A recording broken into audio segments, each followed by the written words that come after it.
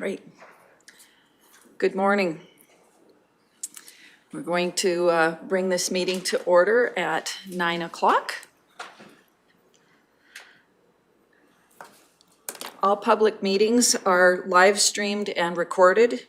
Any verbal or written information provided may be included in public documents as per the Freedom of Information and Protection of Privacy Act, FOIP 41.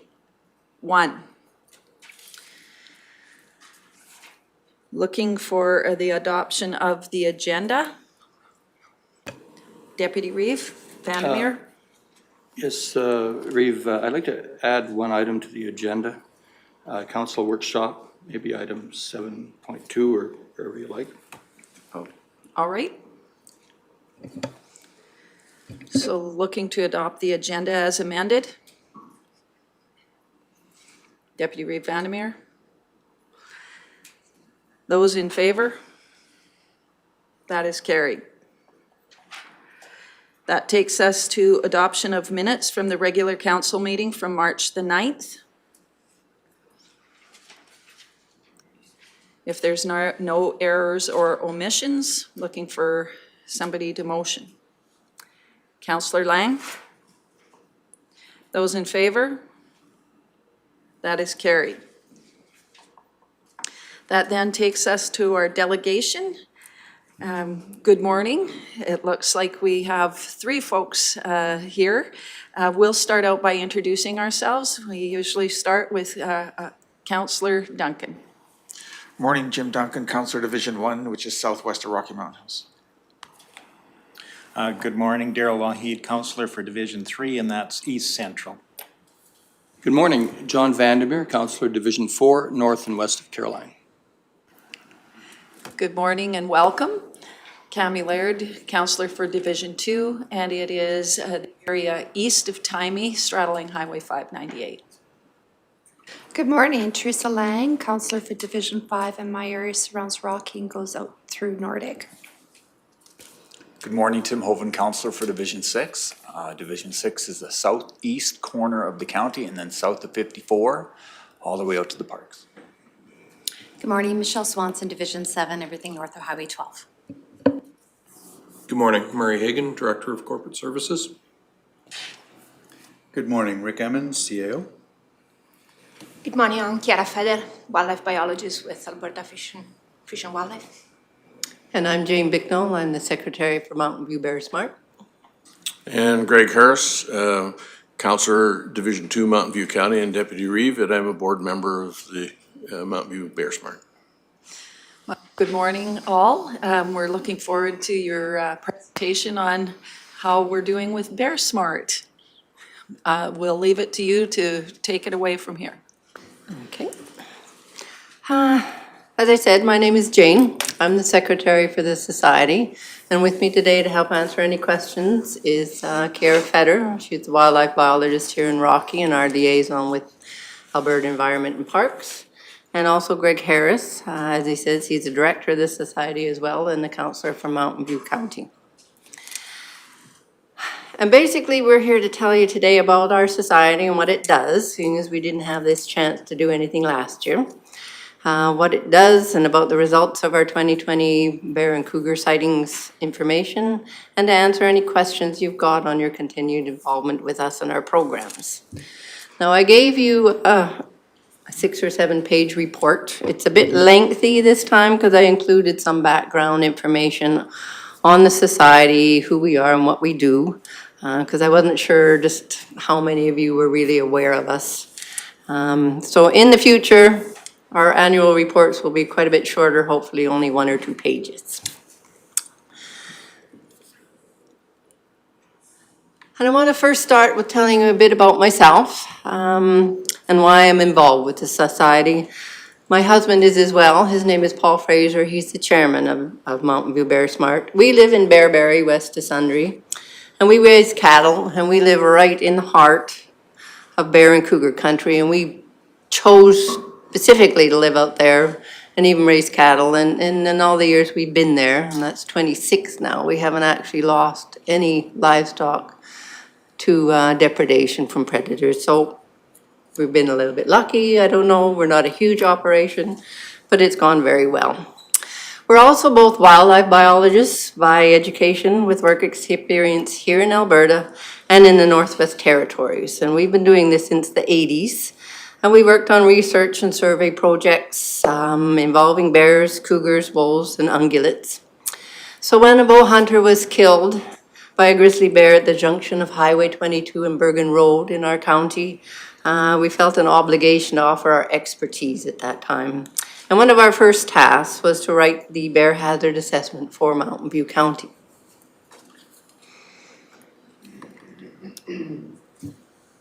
So as people move into bear habitat and bears are starting to move further east into agricultural lands, there's going to be interactions between people and bears.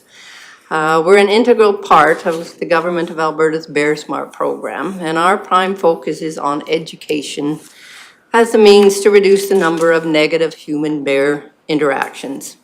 Reducing such interactions also reduces bear mortalities and translocations and helps reduce the cost of property damage and bear management. Education is vital, as unfortunately new residents coming into our counties, from cities and other areas, and tourists may not realize that the west portions of both of our counties are prime wildlife habitat. There's deer, moose, elk, they all live here, but so do the animals that prey on them. So that's something people tend to forget. So there's black bears, grizzly bears, wolves, cougars, and coyotes out here. Even in the agricultural areas now that are as far east as Highway 22, we're seeing grizzly bears. We've seen them, 6 miles east of Highway 22 off into the Didsbury area. And they've never been there in past decades. We've accomplished an awful lot in the past 12 years. As I mentioned, we have completed a bear hazard assessment for the county. We've also put up a variety of signage on county-controlled roads in the west portion of our county to remind residents, workers, and tourists you're in bear country. Now, the large black and yellow signs, this one says you're in grizzly country. We also have ones that just say you're in bear country. But those were produced by Alberta Environment and Parks, and also we managed to get a grant to produce some as well. And we have those on the major roads in the county, on fire halls, community halls, and some of the campgrounds. Now, the smaller signs, they're a little hard to see there, but they say you are in grizzly country. AEP also produced those, and those they gave to Mountain View County to put up in their campgrounds to kind of, again, let people know there's bears out here. And the last signs we had are, and we really did like them very much, our little bear country signs, the diamond-shaped ones with the silhouette. Those were put up on the township roads heading west from 22. Again, that reminder, you're in bear country. Unfortunately, they proved to be very popular, and they were all stolen within the first 2 years. Now, those Mountain View County Council produced themselves and put up, and they were very good, and they redid them this time without the silhouette, and they have managed to stay in place. So we hope. AEP also holds a provincial bear workshop. There's officers, biologists, researchers from all over the province that attend. And in 2018, we co-hosted that one here in Sundre. I don't know if we'll be doing many of them again in the future. We'll have to see where the government and its budgets and things take us. As I say, education is our prime focus, and we do a Bear Awareness Week every year. We do bear and cougar safety presentations. We go into the schools and we kind of focus on kindergarten to grade 6 students. We hold a family day event at Elkton Valley Campground for the public. Again, it's pretty well kid-oriented. We have crafts, but we also have bear spray training, get our message out. We take our display booth, which we have with hides from bears and cougars and wolves. We have skulls and all of our safety information. We go to Safety Day here in Rocky every year. Mountain View County Bighorn does a conflict workshop in Cremona every other year. And we also go to Spog Neighbors Day in Sundre. We go anywhere we're invited. We've been as far north as Drayton Valley and as far south as Prentice.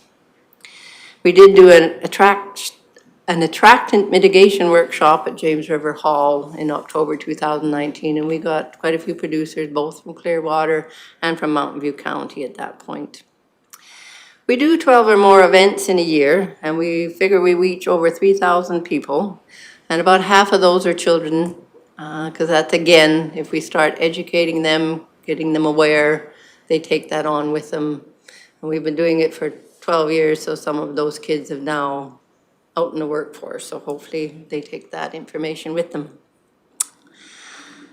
In addition, we can do bear awareness training. Paul has certified to do that so that we can do things where training certificates are required to either industry or other work groups.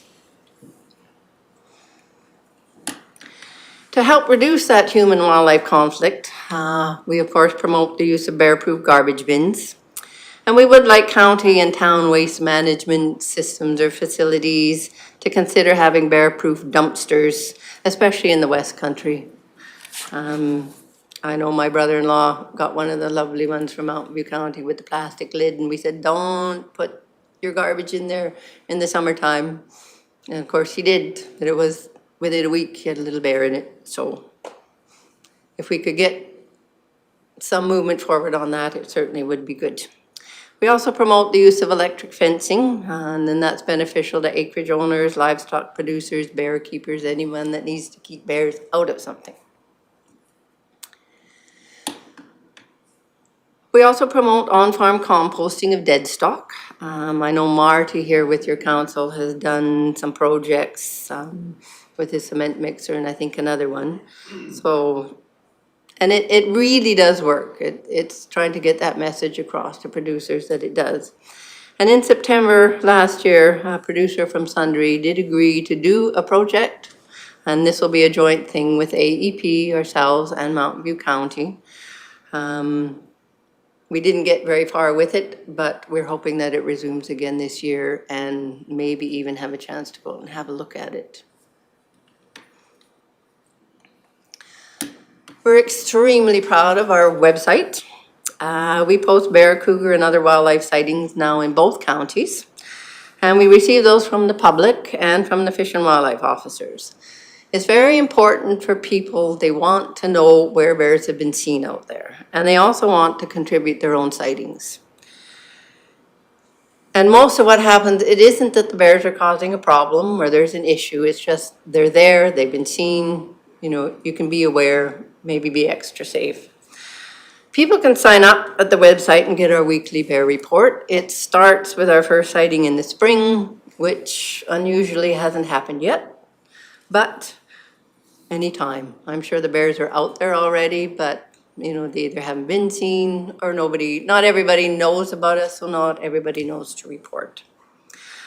Our sighting reports will go until the bears appear to have denned up sometime in November or December. And as of December 31st, we now have over 1,000 people on our report. And that includes government staff, you know, staff from counties. And I mean, some of them I know, they come from all over. And it isn't just Mountain View and Clearwater. Some of those people come from all over the province. We also get a lot of email requests about how to identify bears in a photo or paw print scats, any other questions on wildlife biology and management, and we'll answer those to the best of our ability. As you know, we added Clearwater County to our website last March, which more than tripled, you know, the land base that we have for sightings. And I'd like to put out a big thank you to the GIS people, both here at Clearwater and at Mountain View, who worked together to get us a new map. And we now have 10 full years of sightings, I've only done an analysis, of course, for the last year of 2020. We're going to work on the old data over time, but again, that would be Mountain View County only. So we had 75 sightings in 2020, 61 bears and 14 cougars. Now the cougar sightings, they look about the same level over most years, except for there's an odd little bump in 2014, but that was a result of a long, hard winter in 2013, which we feel had an impact on the deer populations. So cougars at that time, and we do have a very healthy population in the province, so they obviously were out a little farther in their search for food, and we're seeing quite often in Sundre and a little closer to acreages. But again, you can see we've sort of gone back down to that normal level of somewhere between, no more than 16. The bear sightings were a lot lower though in 2019, because I'd expected with Clearwater included, we'd get a lot more. But part of the problem there too is the COVID restrictions didn't allow us to get out and get our messaging out either to councils, to producers at different events.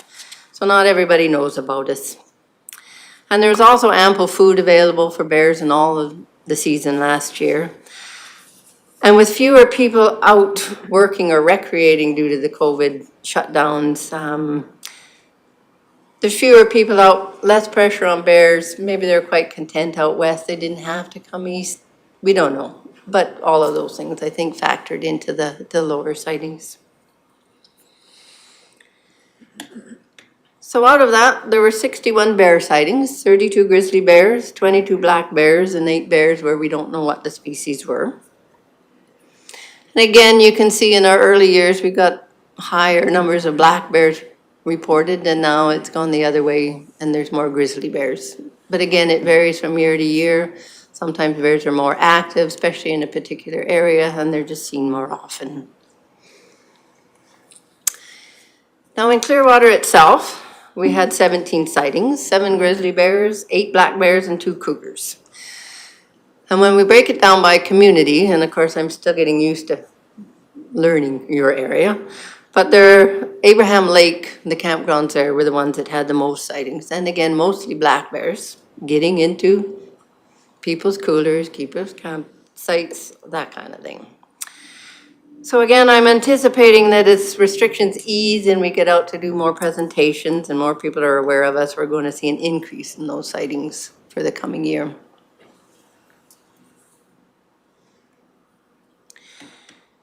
And this is about the cost of our website and producing our sighting reports.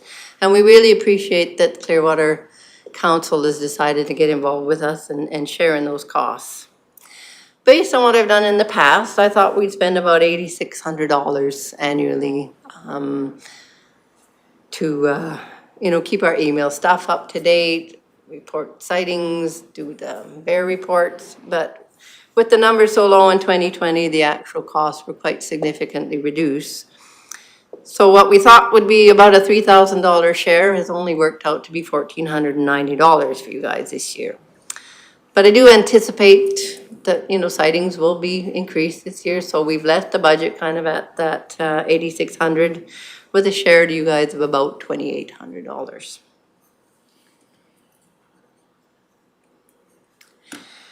As with any volunteer society, we have struggles with getting funding and finding and keeping members who are actually willing and able to take on an active role in either giving presentations, attending events, and improving our website. We're hoping that there will be maybe some people here in Clearwater interested in joining with us and participating. And also it's important that we spend a lot of time and effort to maintain good relationships with our county councils, with AEP staff and the Fish and Wildlife officers out there so that we all, keep reporting sightings, giving us information so that we can get it out there to the public. Again, we appreciate that you contributed to our website and costs last year and you're willing to contribute for this year.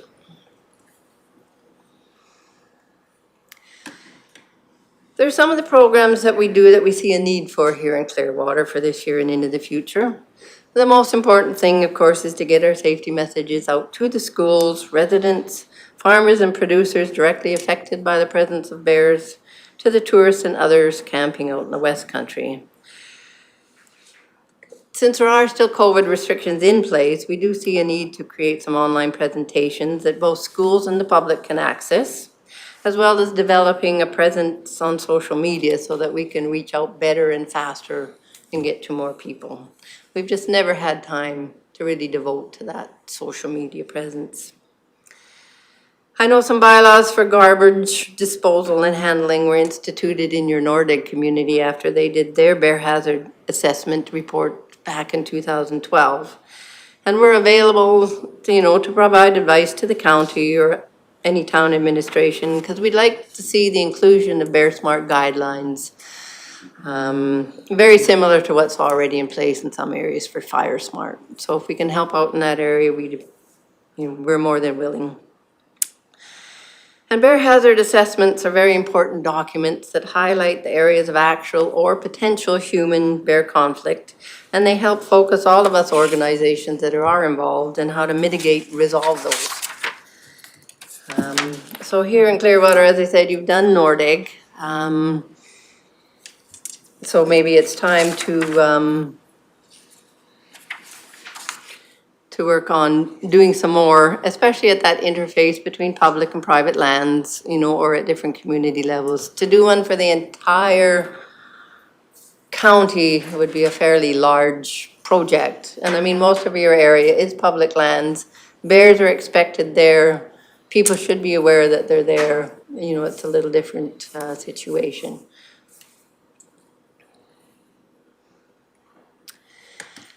And lastly, how can we help you? We can help you promote that safety message in a number of ways. We already have 3 different safety presentations with separate lessons geared for kindergarten to grade 2, grade 3s and 4s, and grade 5 and 6. We find they're our most willing and interested audience. We do some junior highs and high schools, but junior high is a little harder to keep their attention. In high school, we do quite a bit with the science kind of kids in those grades, but again, it's a little bit different audience. We know you have a Sasquatch program here in this county, and we thought we could maybe add our safety messaging into that program as well.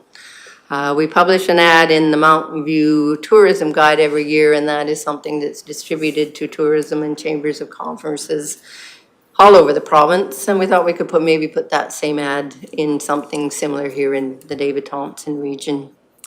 And lastly, we actually do have 2 of those large black and yellow signs that we could give to you to put up. It's been suggested Highway 752 would be a good spot. And we have 7 of the smaller "You Are in Grizzly" signs that we could also provide to you at this time. I don't know if AP has plans to produce anything more, but certainly, there's other grants and funding that we could use to, access them if you need to produce more. And with that, I'll just leave it to you to open the floor for your comments and questions about what we do, how we can help, what do you need to know? All right. Any comments or questions? We're lighting up the buttons. Councillor Duncan. Thank you for the presentation. Well done. The couple questions here. Do camera sightings count as, or camera Yes. recordings count as sightings? Yeah. Okay. Yeah, Good. we actually get quite a few of those. And I mean, those are extremely helpful in when people don't know what kind of a bear it was. It's a good photo. Sometimes even we can't tell. It's a little blur that goes by, but yeah. There's lots of trail cameras out there, so bear, cougar, we've even had lynx sightings, whatever people want to send us. And that allows us to say back to people, yes, that was a grizzly bear. We can't tell sex perhaps, but, you can maybe get an idea of, was it a young bear, is it an older bear, those kind of things. So yeah, we take those. And Supplemental? in terms of composting, are you guys okay with our, the practice of using manure piles for composting? It looks like the example you had there was a more of a commercial type composting setup with the peat moss and stuff there. But well, the manure is again, it's one of those carbon sources, and most producers have access to a lot of that, so it's a perfect ingredient to use in the process. Yeah. Right.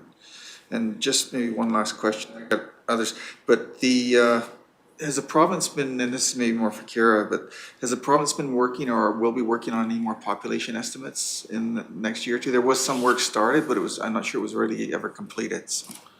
The big research on grizzly bear is coming to an end, and we just got given some really quite good research that occurred through the years. At this point in time, there is, the idea to keep going on with especially social science-based project, which means that people can actually participate to the counting and bring, be trained and search for samples and that kind of stuff. At this point in time, there is nothing ready to go yet, but my expectation is that within the next, hopefully year, we will have again a project in the field working, yes. All right. Councillor Swanson? Yes, I attended back in February of 2018, pre-COVID. Gordon Stenhouse brought a grizzly presentation, and I thought that his SCAT app was very good. So I just researched apps, and a lot of people use their phones out west, and I thought, well, maybe it might be great for you guys to have a BearSmart app so that people, it's easy. Instead of going to the website, they go to the app and they just, that way the GPS is on it as well. So that might be a suggestion. Councillor Duncan took my question in regards to composting, because I had that as well. And in regards to the electric fencing, I know some beekeepers, and they just said that AEP seems to say that if you're going to keep the bears out of your hives, you need to almost electric fence your whole quarter, not necessarily just around your bees. So it almost, I'm not sure of the messaging there, so that might be something to be clear about. Is that something that they can get assistance with, or is that something that's full cost to the beekeeper? We do some joint projects. We have purchased some fencers. We have some demonstration stuff that we can set up, show how they work. We've even gone so far as like loaning out all of the equipment, fencers included, to set them up and show people that they do work. We've got some good people, either with AEP or a supplier that'll come out. Because it is very important to set that fence up correctly. It doesn't need to be the whole quarter, it just needs to be, and especially with bee yards and hives, just the area that they're in. But if you do it properly, then it works. And there's a bit of maintenance, but they're extremely effective. If we can convince people that yes, it's a little costly, but the saving to a commercial bee operator to not get his hives destroyed is much more important, I think, than the cost. And as I say, we do have some of that we can loan out. We've done some projects where, as a group, we kind of purchased this stuff and given it to them, and it's called Please Spread the Word. So, if people have questions, we can point them to the people who can at least answer it and because it's effective. Councillor Lang. Yeah, I was, when I was reading this report on the weekend, there was reference to the Nordig BearSmart assessment done back, that was released in 2012. So I contacted the author and he sent it to me. What I found interesting was between the years 1999 and 2011, there were 171 bear occurrences on the record, and of those, 113 or 66% were identified as incidents including enforcement, conflict, and a nuisance. It was also about that time in 2011 that they started putting out the bear-proof smart containers. So it would be really interesting now that these containers have become popular to compare the sightings with the negative occurrences. It would, and of course, the Fish and Wildlife, they do Now again, it's the officers through the Solicitor General, Justice and Solicitor General that do the occurrences. And we have analyzed some of that data for our area, obviously it hasn't been done in Clearwater since then. But you should see a marked decrease in those kind of occurrences once people are, especially when they use, bear-proof kind of garbage bins.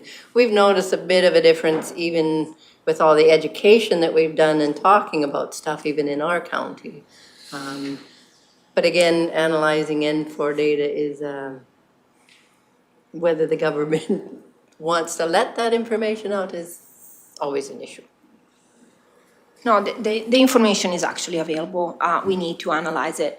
The problem is that the bear bin have been out, but only it was quite a limited kind of program that we had in Nordic for a while. So it would be very interesting to be able to bring back that program and see what's the difference. Because I think awareness has been going up, but so has also going up the number of people that come to Nordic to camp, to do other activities that actually are not yet aware.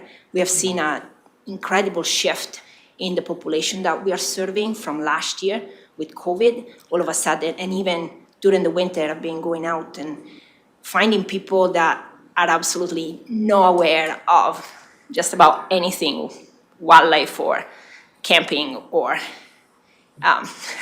just being out in the woods.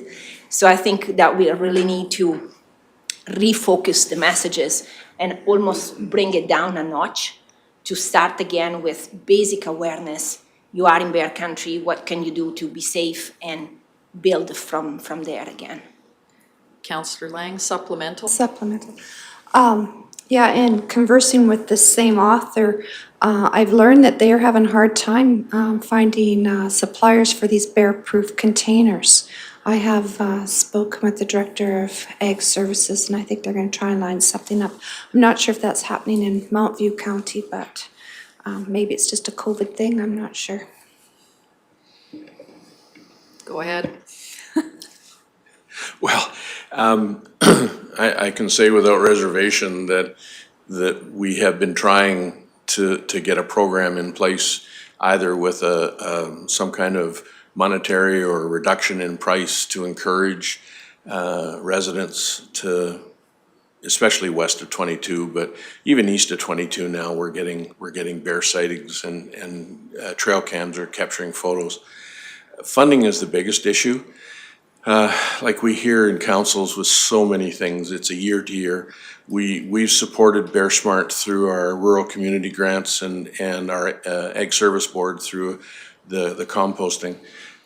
My hope is that one day councils might be able to get together, maybe through the ICF process or something else, to come together on the eastern slopes and say this isn't an issue for one county or another, because bears don't really recognize our boundaries.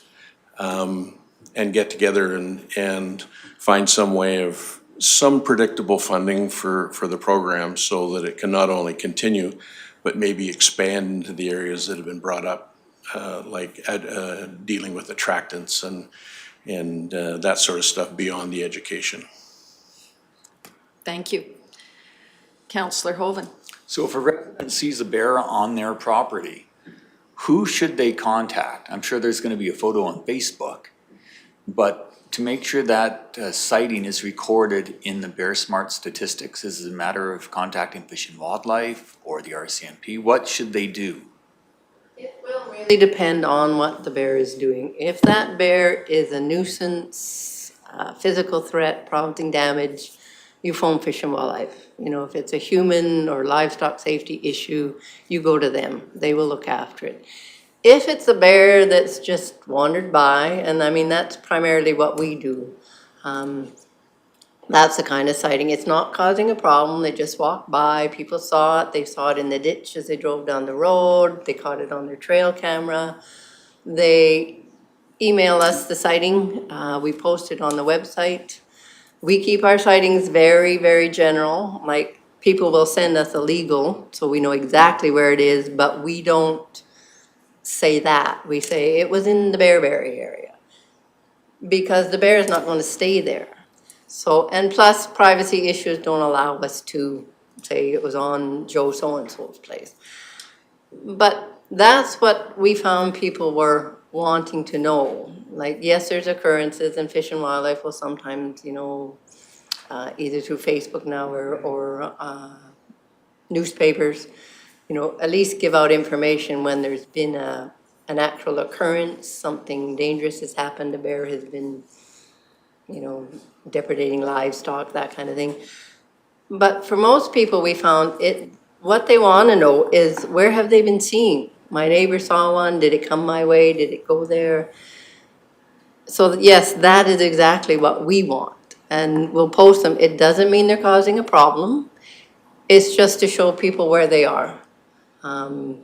For example, a couple of years ago, there was a grizzly bear with 2 cubs and also a male grizzly down around Bergen, and they added to our numbers for that year because they were seen like every other day. Somebody'd see one or the other, but they were on the east side, they were on the south side, so it just shows that people, they didn't cause a problem, there was never an incident, but they were there. And so that you can see that where they go, and then all of a sudden, poof, nobody sees them anymore.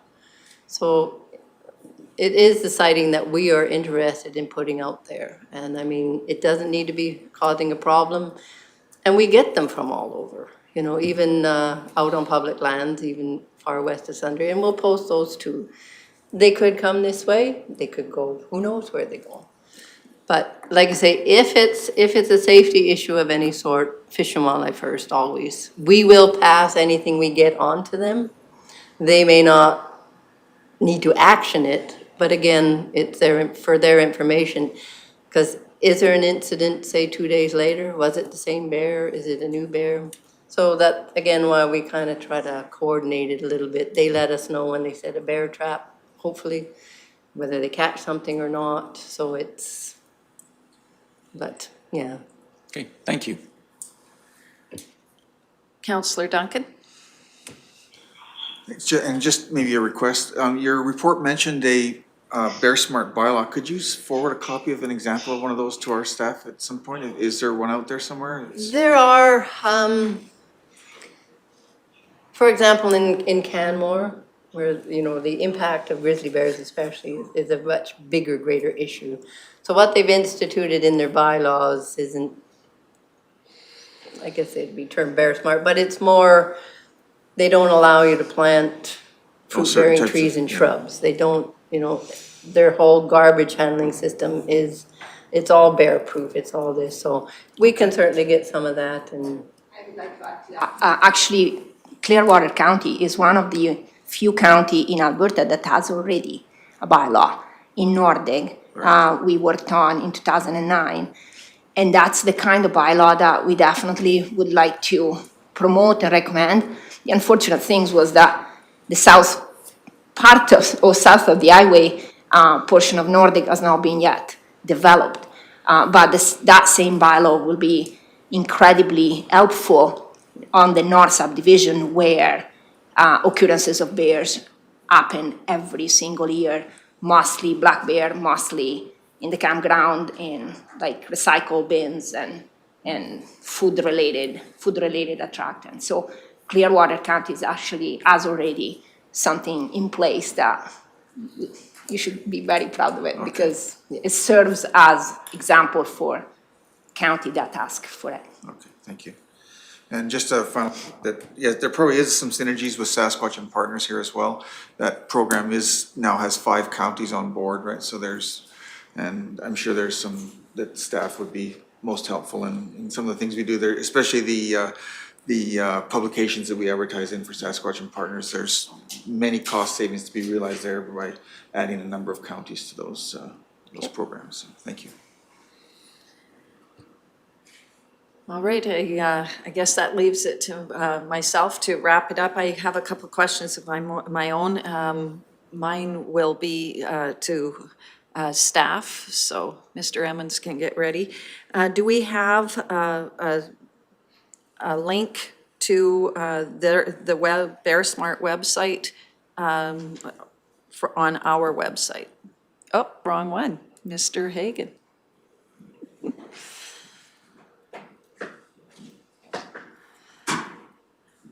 Mr. Martinson, as the ball bounces. Good, morning, because I've got Council. a second question for you. Thank you. I'm Matt Martinson, Director of Agriculture and Community Services. To answer your question, Reeve Laird, yes, we do have their link on our website as well as some information that describes the program. So is it easy to find it on our website? This is your chance to do a shameless plug for it. Yeah, it is easy, as easy to find, anything on our website, of course. We do a lot of stuff, so, you can find it there for sure. And we'll work with communications to ride kind of this information event out, and we'll make sure it's, up at the top or in the banner over the next little while. Springtime is certainly a great time to start promoting this type of information, and we'll be doing that. All right, thank you. I heard a bit of a request to have more participation from folks that are in Clearwater. I think the first easy spot is ask somebody who's on the ASB board. Have we considered that? Yeah, we definitely will, and we're planning on, doing several things to share the information and drive more people to the website. As the presentation discussed, COVID threw a few wrenches into our our initial year working with the great folks at the Mountain View BearSmart. So we're going to, with a year of managing COVID under our belt, understanding what we can and can't do now, we think we can do a better job, of course, than what was available to us last year at promoting this. And we want to see more sightings recorded in our county. We know there's more than what have been provided, and in certain areas, it was obvious to see from their data that areas were represented. It makes sense. We know there's bears in those areas, but there was obvious areas that weren't represented as well in our county on that list that likely should have been. So we want to work on that, get a more holistic picture. Our numbers should be greater than Mountain View just from the sheer fact of our size. And, so that's I think where we're moving towards the future, is to try to get more data so we can make better decisions and use that to further the information and awareness opportunities. Thank you. I concur with Councillor Swanson's suggestion that an app would be hugely beneficial. I sort of have it already in my mind. If you've got signage out there that you're in bear country, if you see a bear, report a bear.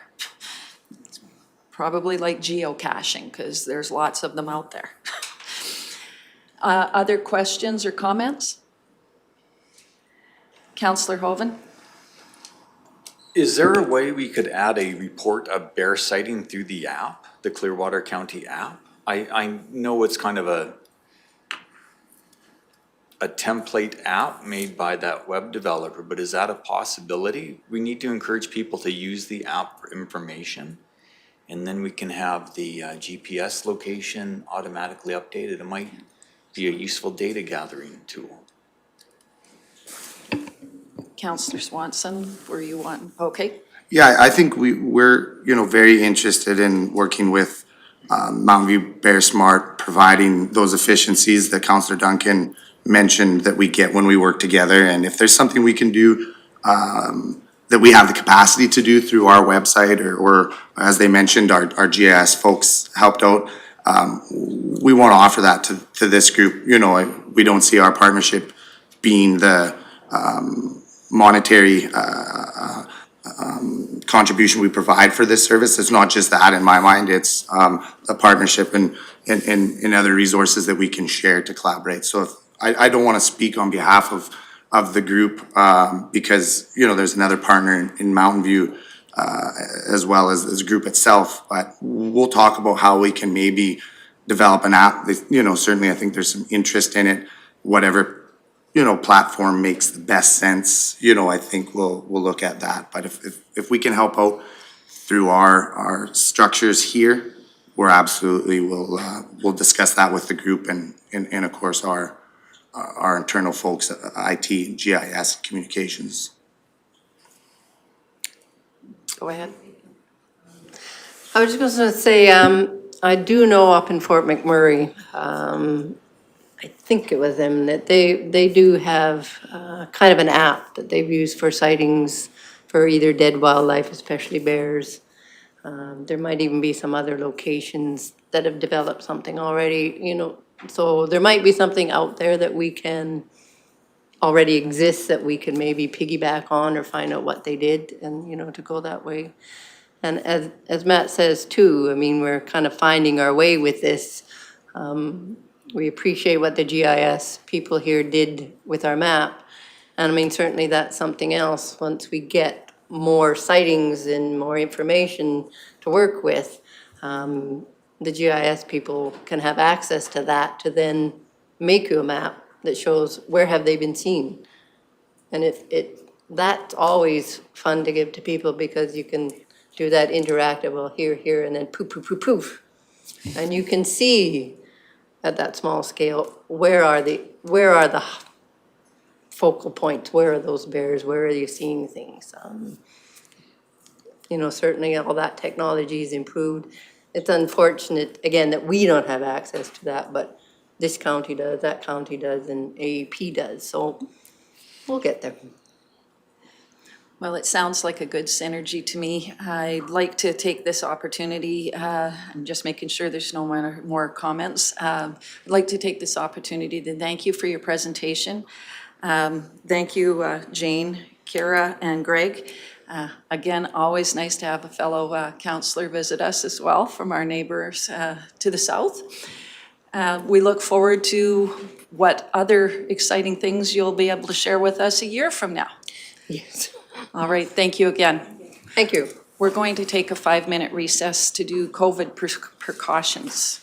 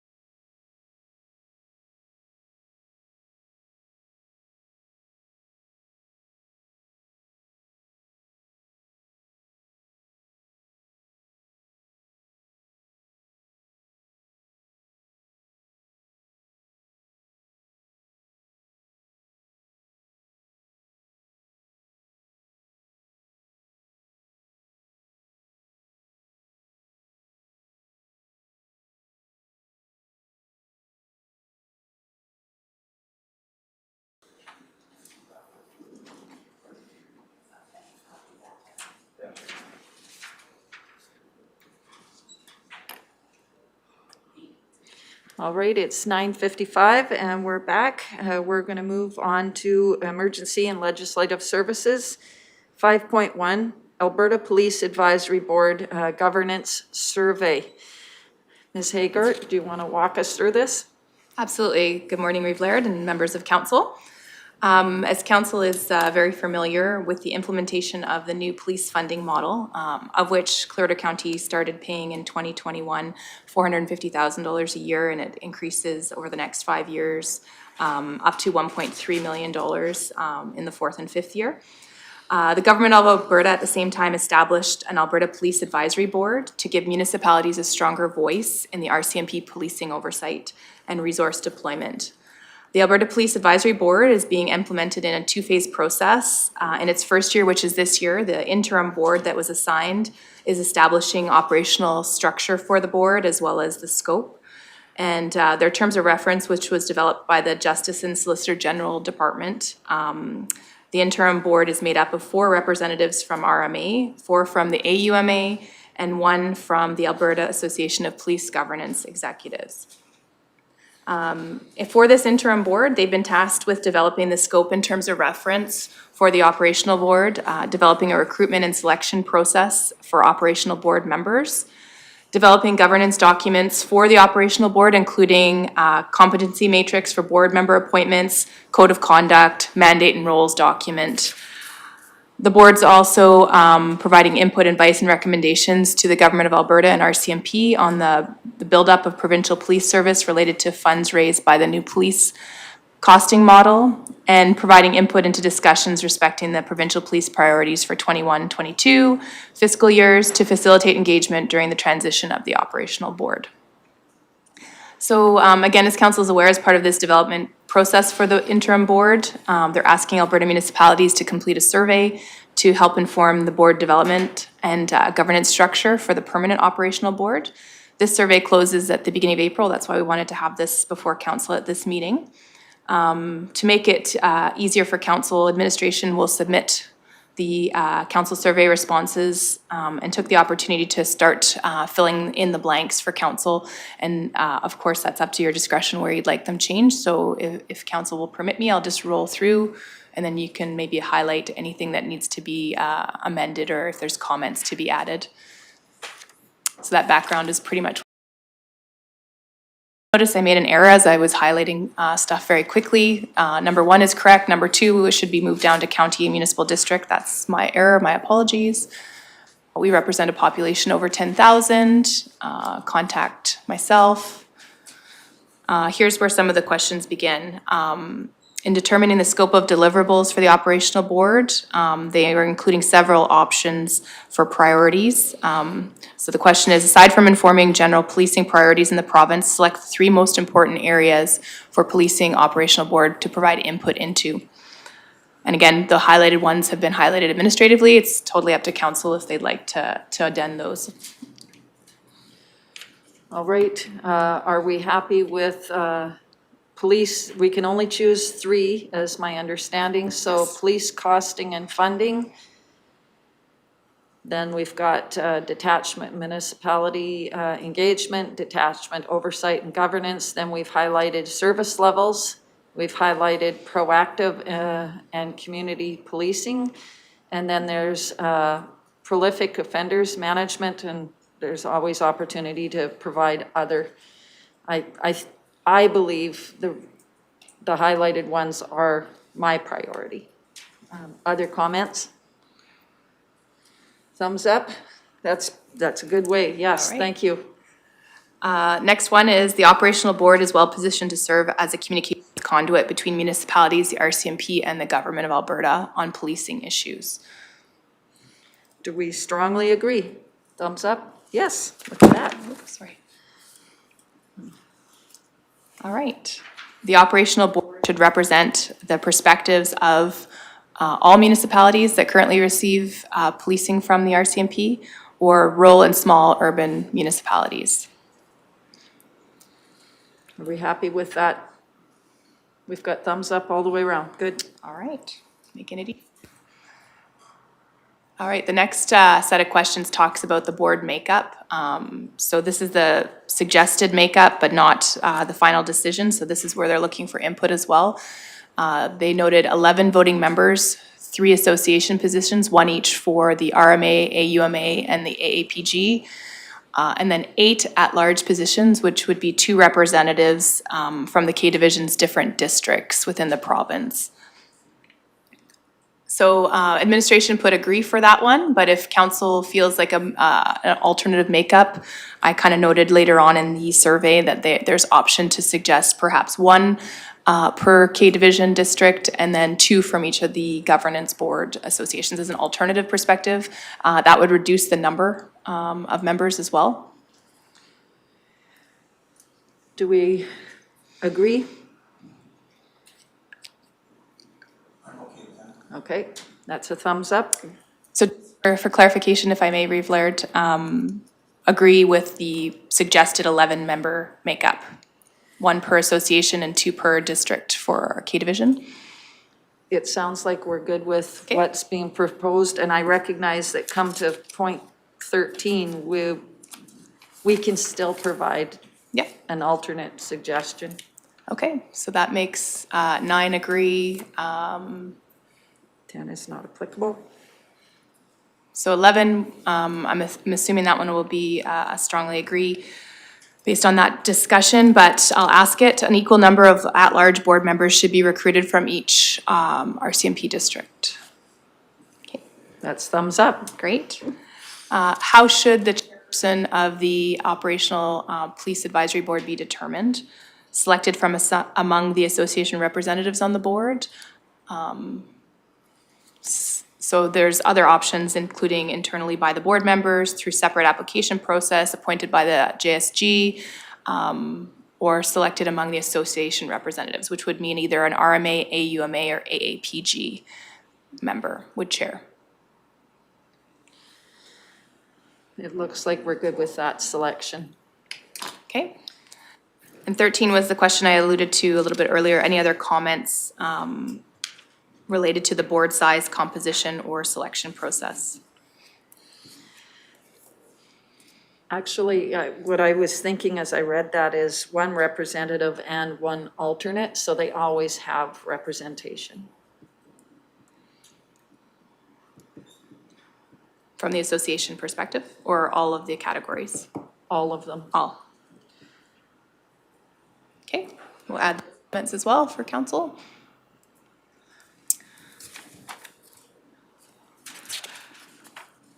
Administratively, we put strongly agree. The example attributes will result in the right combination of competencies and experiences on the operational board. And that was the makeup of those 11 members. Are we good with that? Looks like we are.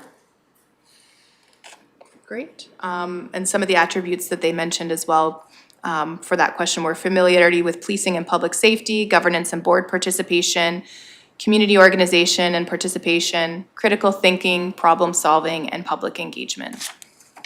And so we agree with those as values. Yes. Okay.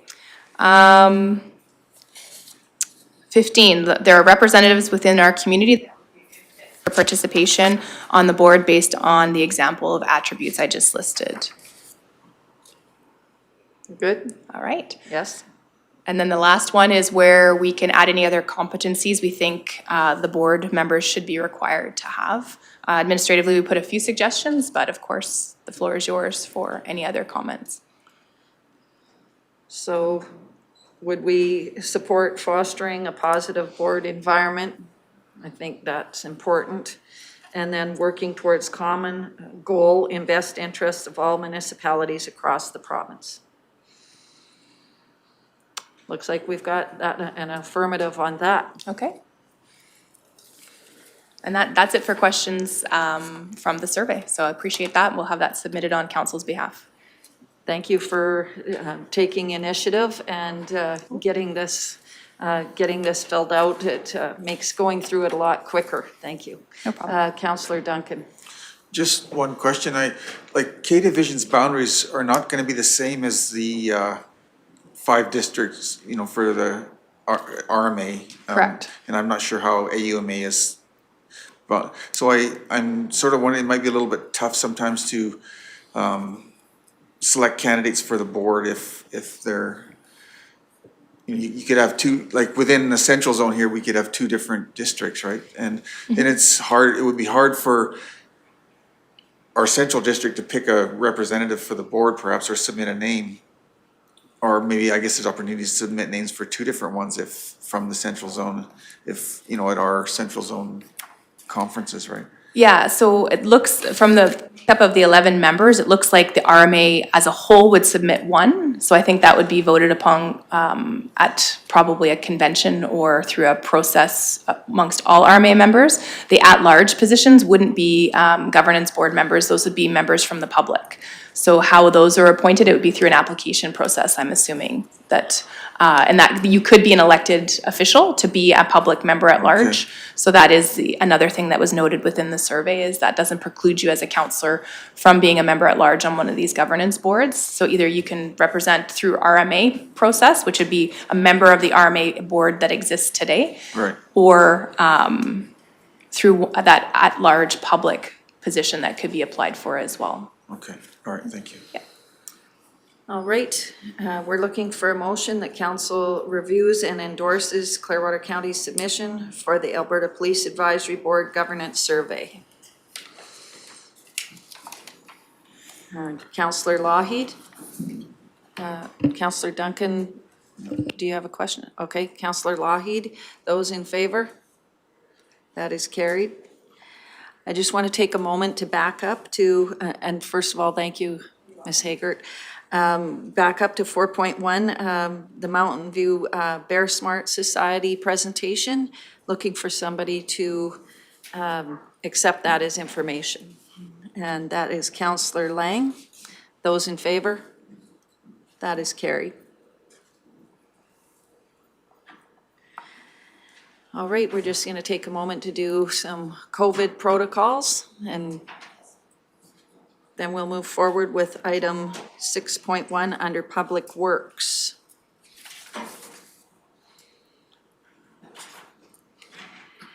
You can tell we've been doing COVID protocols for a while. We can usually turn that around within about a minute and a half. So well done, team. That brings us to solid waste disposal ID card system and a program report. Mr. Magnus, welcome. Good morning. Good morning to you. We're looking forward to this. This is a long time coming. Okay. So again, good morning, Reeve Laird, Deputy Reeve Vandermeer, Council. Again, I'll introduce myself. I'm Kurt Magnus, Director of Public Works Operations. And with me today, as part of the team that helped put this together, is Reed Williams, Supervisor Solid Waste Recycling, along with Mrs. Christine Hope-Thabo, Senior Administrative Assistant. She's right beside Reed. And of course, Rhonda Serhan, Manager of Financial Services. In 2020, the municipalities of Clearwater County, the town of Rocky Mountain House, and the village of Caroline formally put forth the decision to dissolve the Rocky Mountain Regional Solid Waste Authority, which had managed and operated the regional solid waste services under agreement since 2001. Upon this dissolution and through this transition from our regional services, Clearwater County initiated an internal consultative process through different departments to determine the best way to provide solid waste and recycling services, and to have the ability to collect data and waste user information at the rural transfer stations and the Clearwater Regional Landfill. After a review of different waste management systems, it was determined that Strong Data Automation Incorporated could provide an efficient, cost-effective system that was considered user-friendly. The waste management software system could be used quickly and easily to help access information to assist in managing solid waste and recycling usage, and provide the necessary data that could also integrate into the current financial and administrative systems. The solid waste disposal access card system or other comparable systems is not a new concept. Currently, there are other Alberta municipalities that have been using different waste identification card systems, and the use of these types of waste management systems has been increasing. This is primarily due to the need to efficiently track solid waste disposal and the collection of recyclables, and the cost to implement a solid waste service, which in turn provides information that will continually assist future administrations with the planning of effective, responsible, and cost-efficient solid waste and recycling programs. Based on discussions with other municipalities that have implemented a solid waste disposal access card or similar system, the following reasons in its use have been identified. 1. Identify the users of the facilities or waste generators more easily and collect the necessary information to track waste type, location, and estimated volume. This assists the waste managing municipality to determine the appropriate related disposal fees. 2. Generators who brought in greater volumes of waste or commercial users were then more easily identified. 3. The use of cards does help track excessive users for waste disposal. These users can create an increased burden on the municipal waste system. 4. Specifically identifies users from each individual municipality that may have access to a facility. And finally, 5. Identifying waste material types will increase access to data that is important when designing and implementing waste, recycling, and other facility operation programs. In essence, tracking how residents use Clearwater County's solid waste and recycling facilities will help us become more efficient. We will better understand who uses the facilities, when they use it, and what they bring. This information will help us make these facilities better suited to the needs and habits of residents. This will also ensure that non-residents of Clearwater County are paying the appropriate fees that are applicable for them. Gathering solid data on the use of transfer stations and the landfill will ultimately show us where efficiencies can happen that will better serve residents and potentially save money. By implementing the solid waste disposal access ID card system, this will also provide us with the needed data to successfully move forward with a sound future solid waste and recycling management study and program and/or plan. So how is the solid waste disposal access card ID system going to work? As of April 1st, 2021, the residents of Clearwater County, the town of Rocky Mountain House, the village of Caroline, the summer village of Burnstick Lake, the First Nations of Ochise, Sunchild, and Bighorn, and non-regional residents can fill out an application form and receive a solid waste disposal access card, each of them specifically color-coded, i.e. white for Clearwater County residents, green for regional, meaning town of Rocky, Caroline, summer village of Burnstick Lake, and the First Nations of Ochise, Sunchild, and Bighorn, and finally yellow, being non-regional outside the boundary of Clearwater County. Within this card, this allows individuals access and therefore disposal of recyclables, residential and light agriculture waste at the transfer stations and at the Clearwater Regional Landfill, excluding recyclables. The cost to Clearwater County residents to operate the service is incorporated into the residents' and/or landowners' current taxes. As for non-residents of Clearwater County, both regional and non-regional, a solid waste disposal access card can be purchased in the amount of $204. This will allow for disposal of recyclables, residential or light agricultural waste at both the Clearwater County rural transfer stations and at the Clearwater Regional Landfill, again excluding recyclables. The $204 is an annual fee. As an additional note, and to further emphasize the issuance of the cards, particularly as it pertains to the residents of Clearwater County, Clearwater County will issue 2 access cards per residential tax roll account. Also, if you own land or multiple parcels of land in Clearwater County but do not reside in Clearwater County, you will be issued 2 cards. Also, if a business is registered on title of a residential property, the business will be eligible for 2 cards. If additional cards are required beyond the initial 2, it will cost $35 per card. Again, the cards will allow for disposal of residential and light agricultural waste and recyclables. Large loads or commercial loads will be sent or directed to the landfill, and fees will be charged as it always has been. The service level remains the same. In researching out other municipalities, upon the Access ID card system being launched, a typical grace period of 2 months was given for residents and non-residents to obtain their access cards. Hence, Clearwater County requires all regional and non-regional residents to have their access card by June 1st, 2021. After this date, loads will not be accepted at the transfer stations without an access card. However, station attendants will instruct and direct the user to the Clearwater Regional Landfill. To assist in getting this message out, we will be posting signage at each of the transfer stations, along with utilizing print and social media and communication by the attendants themselves. If an individual should forget or does not have their solid waste disposal access card after the deadline of June 21st, access and the ability to use the rural transfer station will be declined, and the user will be directed to Clearwater Regional Landfill.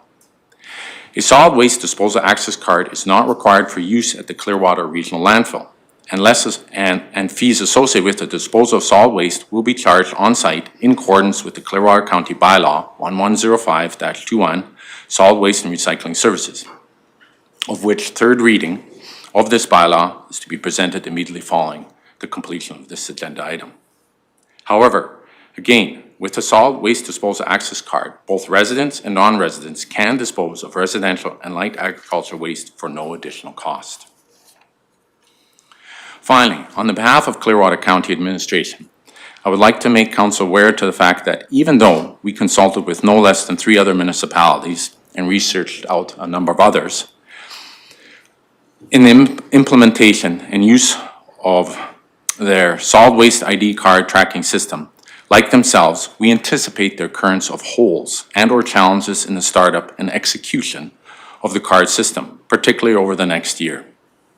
Nevertheless, it is our intention to continually review the entire solid waste and recycling system, thereby looking for efficiencies and ensuring it is run sustainably while minimizing the impact on the environment and to our residents.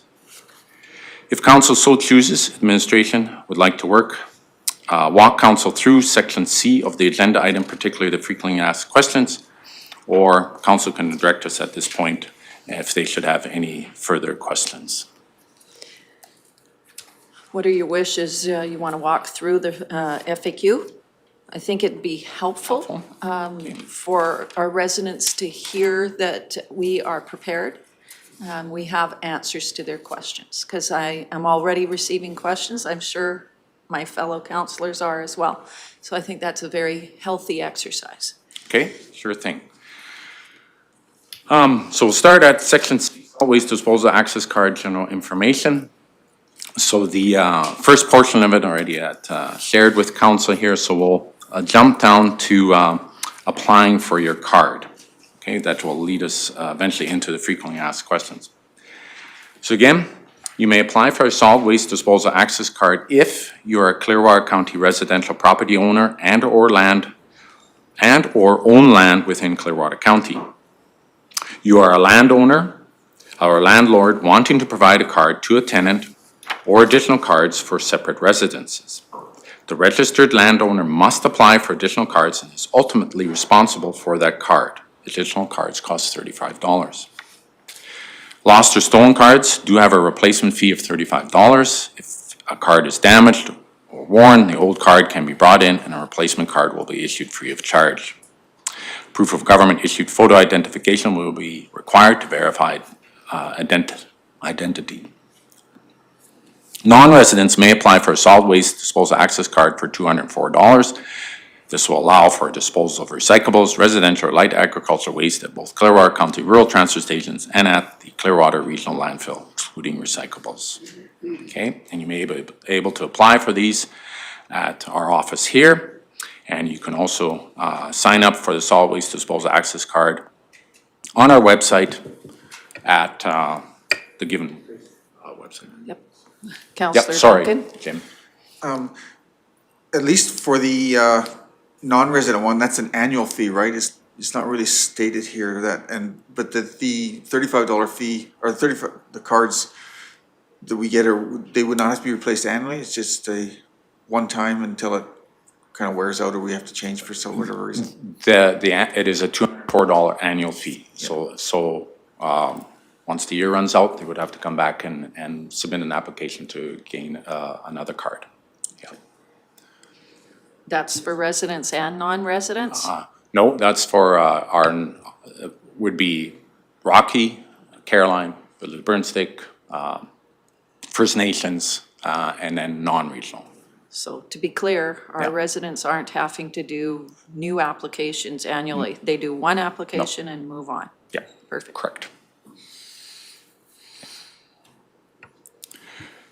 Okay, so jumping into frequently asked questions. Number one, why do we need an access card system? Again, a card system is a commonly used method for residents to access waste disposal and recycling services. Implementing this system will bring the county in line with other municipalities and eliminate unlimited and unaccountable waste disposal that presents a significant cost to ratepayers and underfunds the long-term liabilities of landfilling. 2, how many cards can I get? Clearwater County will issue 2 access cards per residential tax roll account. Additional cards will have a fee of $35. What if I own land or multiple parcels of land in Clearwater County, but it does not have a residence? Clearwater County will issue 2 cards only. Multiple parcels without residence will not receive additional cards. Number 4, how long do I have before an access card is required? Clearwater County requires all regional and non-regional residents to have their access card by June 1st, 2021. After this date, loads will not be accepted at the transfer stations without an access card. However, station attendants will instruct and direct the user to the Clearwater Regional Landfill.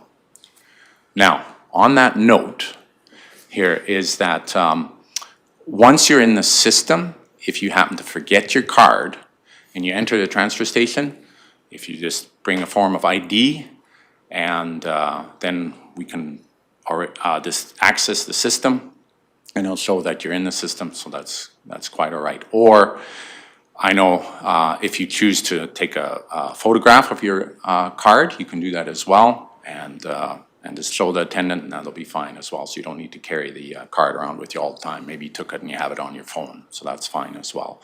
As long as you're in the system, and you can prove your identity and they can pull it up, the station attendant, then we're fine with that. Okay, any other questions? Councillor Lang? I'm kind of wondering how this is going to work. Like, so for each resident, you can get 2 cards. Are the cards going to be in different people's names? Like, most households have more than one person living there. So if there's 2 people or 3 people or 4 people, say one of your kids wants to take garbage in, but of course a card would not be in their name. Like, how is that going to work? And the whole ID, if there's 2 cards per residence, 1 card for each person and their partner, or how is that supposed to work? Ms. Hope DeVoe. I think we'd like to put the card in the name that is on title of the property. The owner is ultimately responsible for the card. Now, if it's a child or a teen and they have the same last name on the ID, I don't think we're looking to be too difficult out there. We want to accommodate our users, but ideally we'd like to keep the name in the person who's on the tax roll. I actually am curious if we are posting this information somehow, signing it at each of our transfer stations and at the landfill, and how we're advertising, but Yes, that may come later. Yeah, actually, as soon as this is done, we have it on the go. We have the signs ready to go, and they'll be posted at the transfer stations. So in essence, I anticipate that, and I was going to give you a bit of a...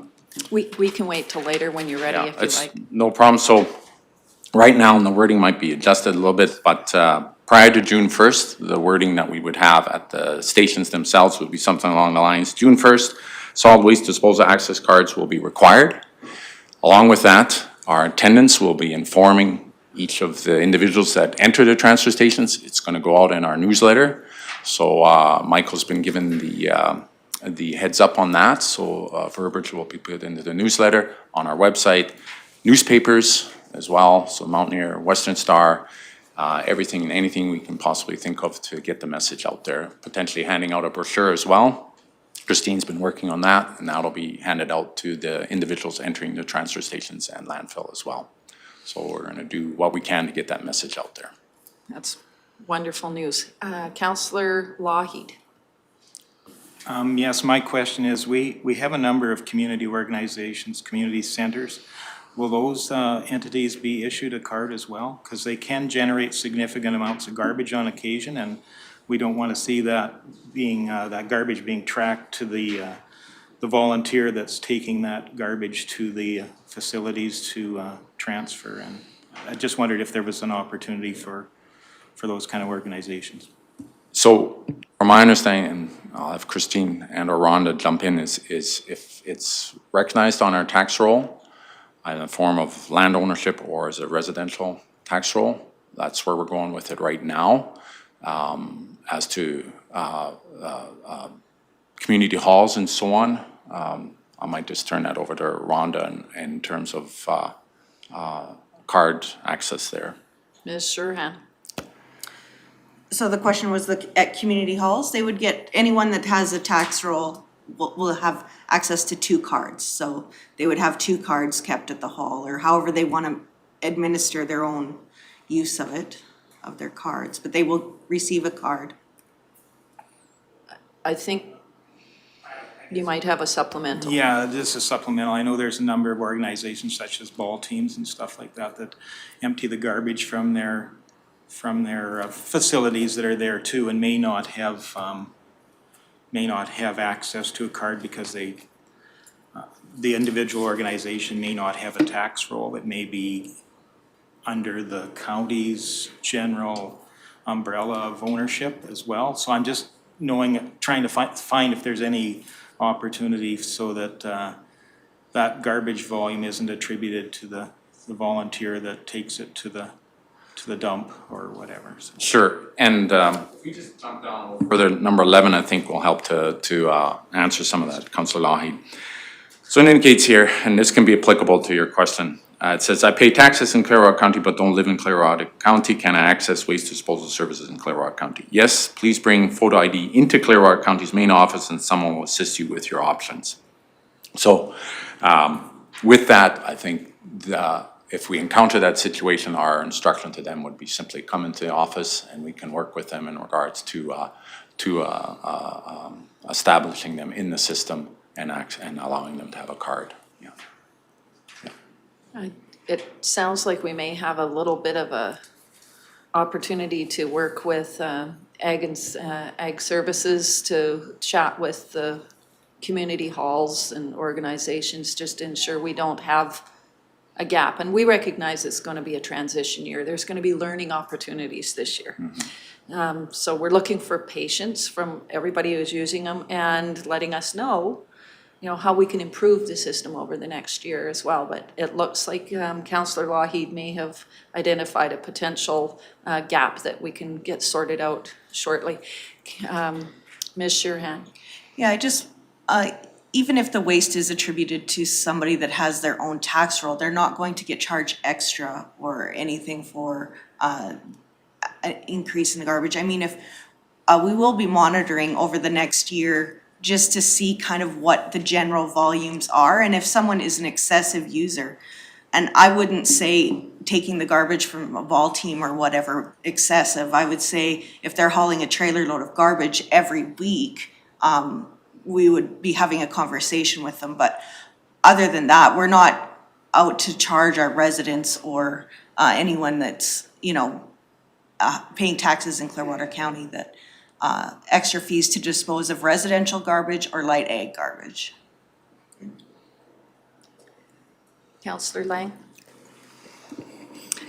Yeah, Councillor Lougheed just kind of triggered a thought in my mind, and I'm not sure how to formulate my question, for sure, but I'm just thinking, you know, like, for example, say a ball team and they're playing on Saturday and someone's collecting this garbage and they're wanting to bring it in to one of the transfer stations, but maybe they're from out of the area. And from what it sounds like, they'd have to bring photo ID into Clearwater County's main office Monday to Friday, 9 to 5 basically. I'm just kind of wondering if there shouldn't be something set up at the transfer stations to help people dispose of their garbage for, you know, maybe for the first year or something till everyone gets a card, because not everyone can get to the county office Monday to Friday, 9 to 5. And I know I'm speaking from experience, 'cause in my past, I worked east. The only, you know, I didn't have any Monday to Friday, 9 to 5 hours to come to Rocky, and I think a lot of our residents don't. So I'm just seeing this might be a gap. Ms. Hobb-DeVoe. Yes. There is some gaps, and it's hard to encompass every type of user that we have, but we do have the availability to apply online, and we also are willing to mail the card, because we did see that being an issue with people getting in between the 9 to 5, people that don't live here but own property, people that work away, and with the community groups and all of that, you're right, it is a little bit of a gray area, and we need to trial that this year and see how that goes. How many requests are we getting? You know, it might not be too many, and once we encompass all of them in the first year, we might be set to go forth in future years. All right, if you want to carry on Yep. through the FAQs. I believe we were on number 5. I'm not a Clearwater County resident. Can I access the transfer stations and/or Clearwater Regional Landfill? Yes. Non-residents, both regional, Rocky Mountain House, the Village of Caroline, Summer Village of Burnstick, the Bighorn, Sunchild, and Ochese Reserves, and non-regional outside of county boundaries can access both the transfer stations and landfill. So with that, non-resident transfer stations, disposal of residential solid waste and recyclables. Non-residents of Clearwater County can access our transfer stations by purchasing an annual solid waste disposal access card.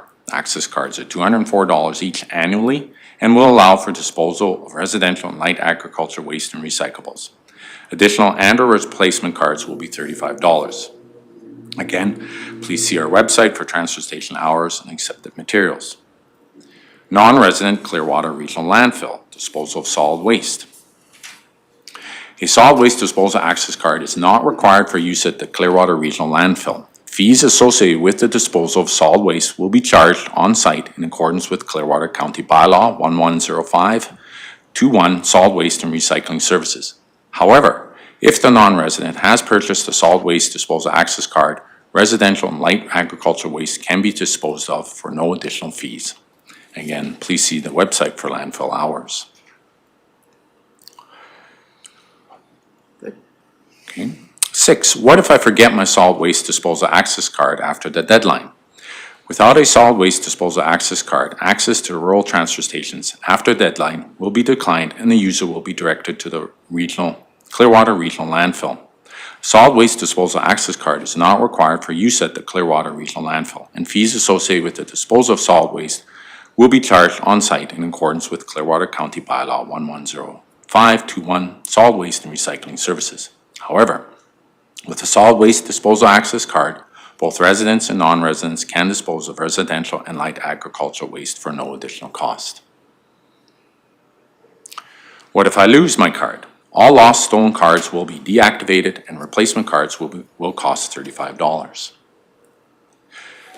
What if I cannot get to the office during business hours to get my solid waste disposal access card? The application form for a solid waste disposal access card can be found on our website, and cards can be mailed upon request. Will I be turned away if I do not have an access card as of June 1st, 2021? Yes, without a solid waste disposal access card, access to the rural transfer stations after the deadline will be declined, and the users will be directed to the Clearwater Regional Landfill. Again, please keep in mind, for those that do have the access card but have forgotten them and they show their ID, they are in the system, and that's fine then. A solid waste disposal access card is not required for use at the Clearwater Regional Landfill, and fees associated with the disposal of solid waste will be charged on-site in accordance with Clearwater County Bylaw 110521, Solid Waste and Recycling Services. However, with the solid waste disposal access card, both residents and non-residents can dispose of residential and light agriculture waste for no additional cost.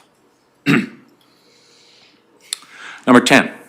I am not a resident of Clearwater County, but I had access to the Rocky Transfer Station for no fee previously. Do I have to pay to dispose of my waste now? The municipality you live in will each have their own waste disposal program for their own residents. Please contact the municipality you reside in to find out where your residential waste should be disposed of and if there is now a fee associated with it. 11. I pay taxes in Clearwater County, but don't live in Clearwater County. Can I access waste disposal services in Clearwater County?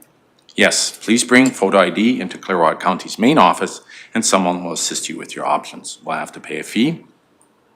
The type of waste you are wanting to dispose of will determine the fees. If the waste is residential or light agriculture, there will be no fees associated with disposing of this waste at the rural transfer stations or the landfill at this time. And again, there will be 3 different colored cards issued: white, Clearwater County residents; green, meaning regional, again, Town of Rocky Mountain House, Village of Caroline, Summer Village of Burnstick Lake, First Nations of Ochese, Sunchild, and Bighorn; and finally yellow, non-regional, meaning outside of Clearwater County boundaries. Councillor Swanson. In regards to your application, I was just thinking here that Canada Post always adds people who could be using your mailbox. So I was thinking maybe there could be a line to say, these are my 3 kids that are underage that could be using it. Just more on the application form than anything else, not necessarily using, that they could be using cards, so that they're in the system sort of too, right? So when they go and say, yeah, my parents are in the system under that tax roll, well, then you got the children in there as well. Just a suggestion. Councillor Duncan. Other comments? All right.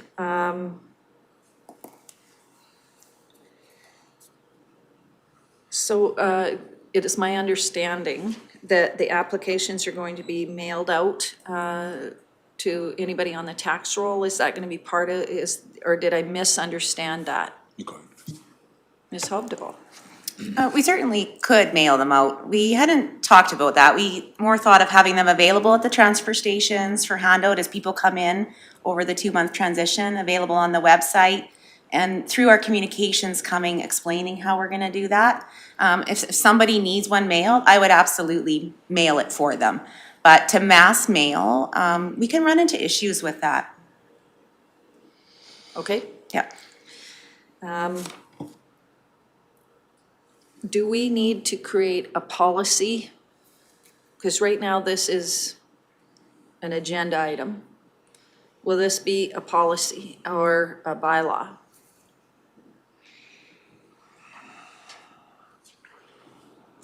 I guess we could, in essence, we are bringing forward the 3rd reading, and I'll seek Mr. Emmons' input on this as well. We could potentially incorporate it into the current bylaw, have some verbiage in there to account for these access cards. Mr. Emmons? Thank you for the question, Reeve Laird.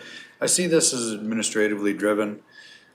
Previously, when we operated under the historic regional structure, the board actually requested both councils, all 3 councils, to adopt an ID system. So administration was in process of this regardless.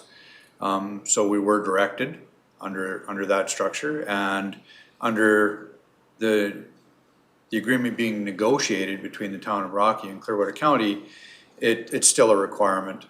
So I see this administratively driven. The fees are definitely, I would always recommend the fees be incorporated into a bylaw. It becomes more enforceable. I think part of the important communication strategy here for us is also the line administration's trying to balance as we're walking through this, is the more we open it up for convenience sake, the more opportunity for abuse. Although this service is a service, and it needs to be stated, this service is paid by taxpayers of this municipality. And you open it up to abuse, sadly.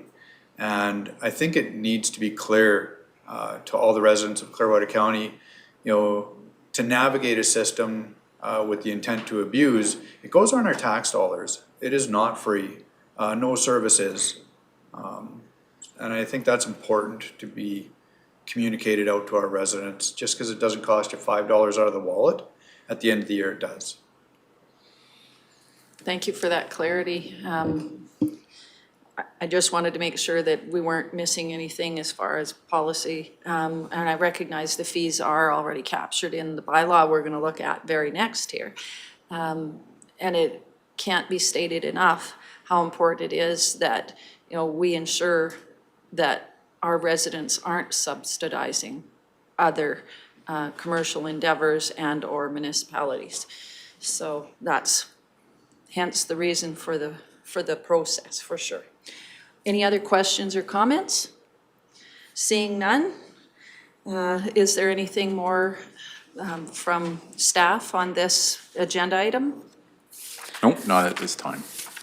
All right, so we're looking for a motion that we receive the solid waste disposal access ID card system program report for information as presented, and I would add implementation. Councillor Hoven? Questions before we get to the motion, sorry. Okay. So first of all, the card, nice simple design, very easy. Do you know, is it accessible through the wallet feature on someone's phone? Like I have my Tim card, my Air Miles card in my wallet feature. I've got too many cards in my wallet already, so the phone scans it and then I just flash my phone and get my free coffee every 7 times. Do you know, is that an option for users? You'd mentioned taking a picture of it. No. Yeah, go ahead, Christine. So Strong Data, the company that's doing the cards, it's coming. They don't have it yet, but that's why that QC code is on there. Yeah. It could be scanned. If you had a picture of it on your phone, it could be scanned. I'm not sure on the compatibility with wallet related to like Apple or something like that, but definitely available for that feature. Okay. Supplemental? With the cards, 2 cards for each residence, correct? Yes. So if I was a landowner and I was renting out 2 homes, I would get 2 cards for my primary residence, and I would also be responsible for 2 cards for each of my rental properties. Is that correct? That is correct. We have a variety of different types of property here, and so if you only have 1 tax roll, but you have 3 homes on your property, we are only gonna give you 2 cards, and the additional cards will cost $35. Okay. You're paying 1 tax bill. That's kind of we're going more on tax roll, so it is true. Okay, so a farmstead then with 2 properties on it would only get the 2 cards, and those 2 cards would only have the 1 metric ton. I don't know where you're getting the metric ton from. Is there a limit? Okay. There's no yeah. limit. There we So go. there's no limit at this time on that? No limit at this time. Okay. Perhaps that could be added to the frequently asked questions. Yeah. Okay. And so my other concern was with farm use, because I look at my farm. If I just had the house, my waste would be considerably lower than incorporating my farm waste as well. But at this time, that is not a concern. No. As there's no limit. No. Yeah. Okay. Thank you. I was just gonna add to that though, the service is as is, so if at any time your farm waste, maybe, if you're hauling in the excessive amount that one time, it still would be directed to the landfill as it always is. Yeah. These are very good opportunities to flush this thing out and try to get the information to the community and the residents so that we better understand the system we're about to embark upon. So once again, Councillor Swanson? I was just gonna move the motion that you read. And that would be as Move for amended, information. adding implementation? Yes. Okay. Any other questions or comments? Seeing none, those in favor? That is carried. That then takes us to 6.2.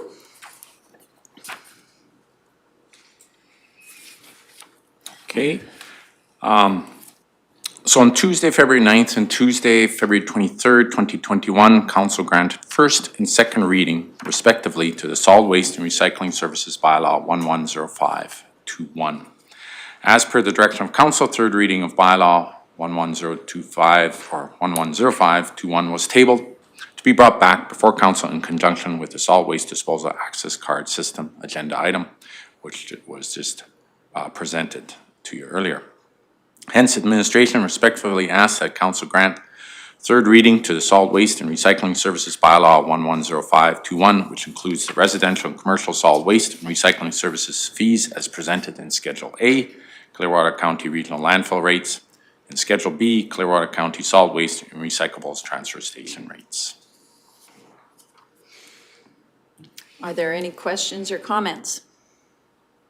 If not, we're looking for someone to motion for the third reading of this bylaw. Councillor Swanson? That is for third reading. Those in favor? That is carried 7-0. Thank you to all the staff who've been working on this project. We look forward to seeing its implementation, and we anticipate a year of learning opportunities with all of those who are going to use our facilities. Councillor Swanson. I've been getting questions in regards to hours, and I see that we've posted winter hours. So with the nice warm weather, we know that people are out and about in their yards and stuff like that. When do you anticipate, or are you anticipating a change to summer hours? I'll turn that over to Reid. Councillor Swanson, to address the hours of operation, our rural transfer stations historically, not including Central at this time, would be on or about April 15th is when we go into what we call our summer hours, which typically go till September 15th in the fall. Central, right now, we're currently a winter hour operation. Was a test case. Rocky Transfer Station's open 60 hours a week. We looked at an operation of 40 to try to make that work, again, based on just budget assumptions and trying to make it as, you know, we want to just see what services and what eventually we transcend into. So that operation is Tuesday to Saturday. We realize that, you know, we may have to look at one evening a week that could be increased. So we are gonna entertain that over the next little while internally in Public Works and Administration. So that one would expect to change potentially. The rural ones will be how the regional waste system had operated previously. We think we have enough coverage. Again, we'll go through this year to see, but we think that we can manage that currently. And landfill operation is something we'll look at. Again, going back to historicals, a Saturday opening with 3-4 people was probably not cost effective. As time goes, there may be more of a need with the closure of Rocky. We're still reviewing any kind of data we're getting to see if that's functional. Supplemental. Mondays are particularly a pain in the butt. So anyways, I had 3 phone calls yesterday. So, but if you're monitoring, that's fine. But like I say, it's just people that are doing their weekend work and wanting to come in on Monday and dispose of. So if I appreciate the evening too, because I know some people would like to be able to have a longer day to be able to come in and dispose of that too, especially with the longer daylight hours that we're experiencing. Thank you. Well, I'm hearing a willingness to work towards some solutions as we discover things. I imagine that we'll have some, as I said, learning opportunities. Thank you. We're going to take a 10-minute recess. I think we could all use an opportunity to charge our coffee cups.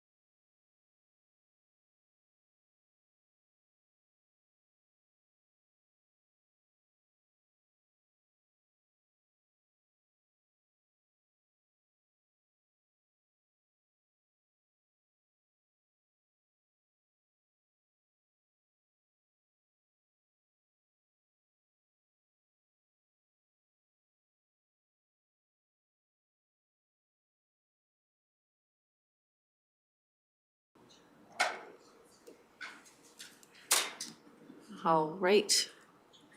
Are we ready? All right, it's 11:05. We took an extra couple minutes to get coffee and stretch our legs, and we're back to discuss 7.1. It is the 2020 Assessment Data Report. We're all ears. Good morning, Deputy Reeve Vandermeer and Councillor. Rob Cochin, Assessment Manager, here to present the 2020 Assessment update.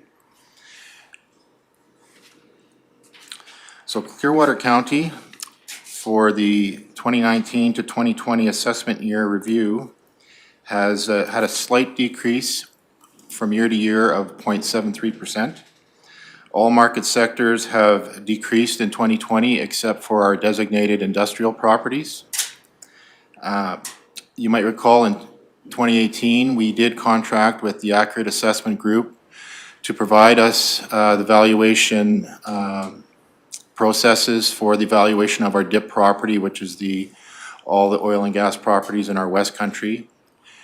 AAG has been able to do annual inspections of all new activity in the DIP type of properties, and have updated all the above-ground additions that have occurred this year or in the 2019 to 2020 assessment years. And this activity offsets the provincial changes that have decreased our assessment values for our linear properties. The chart provided here just shows you the overall picture from each group. Farmland's regulated, so that has little change each year. Our residential sector has decreased 2.2%. Commercial industrial, those are most of our small business properties in Clearwater, are down 6%. The linear property, which encompasses most of the underground oil and gas, telecommunications, that's down slightly. And as you can see, our DIP property has increased. So overall, our linear and DIP, our provincial assessment value, has changed almost nil from year over year. But it does show us the overall drop there, just under 7 billion in total taxable assessment for our 2020 assessment year. So our linear and DIP properties makes up 73% of our total assessment base. And because these are taxed at a higher level, that's an even higher percentage for our total taxes that we take in each year. The DIP properties were the only ones that increased in value. Basically, the DIPs, the province went through the assessment model review in the last half of 2020, and there was a lot of information put out in the public sector, and a lot of municipalities got concerned over the 4 scenarios that were proposed by the government. But in the end, they didn't implement any of those scenarios, but they continued to do ongoing negotiations with the oil and gas industry and with municipalities to try and work on a system moving forward. So what is encompassed in the 2020 assessment year are some increases in the depreciation of abandoned and shutdown wells. And these changes were made and implemented into our 2020 assessment values for the linear property.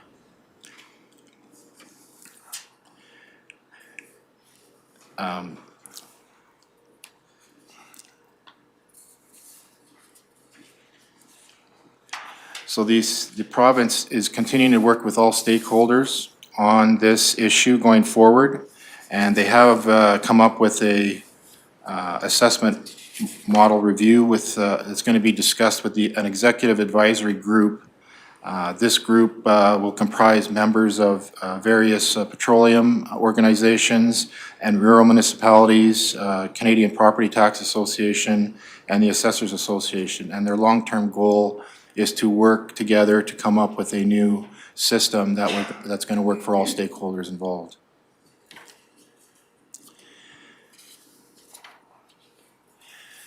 Now, one of our success stories for Clearwater here is the small business assessment subclass that we passed almost 2 years ago.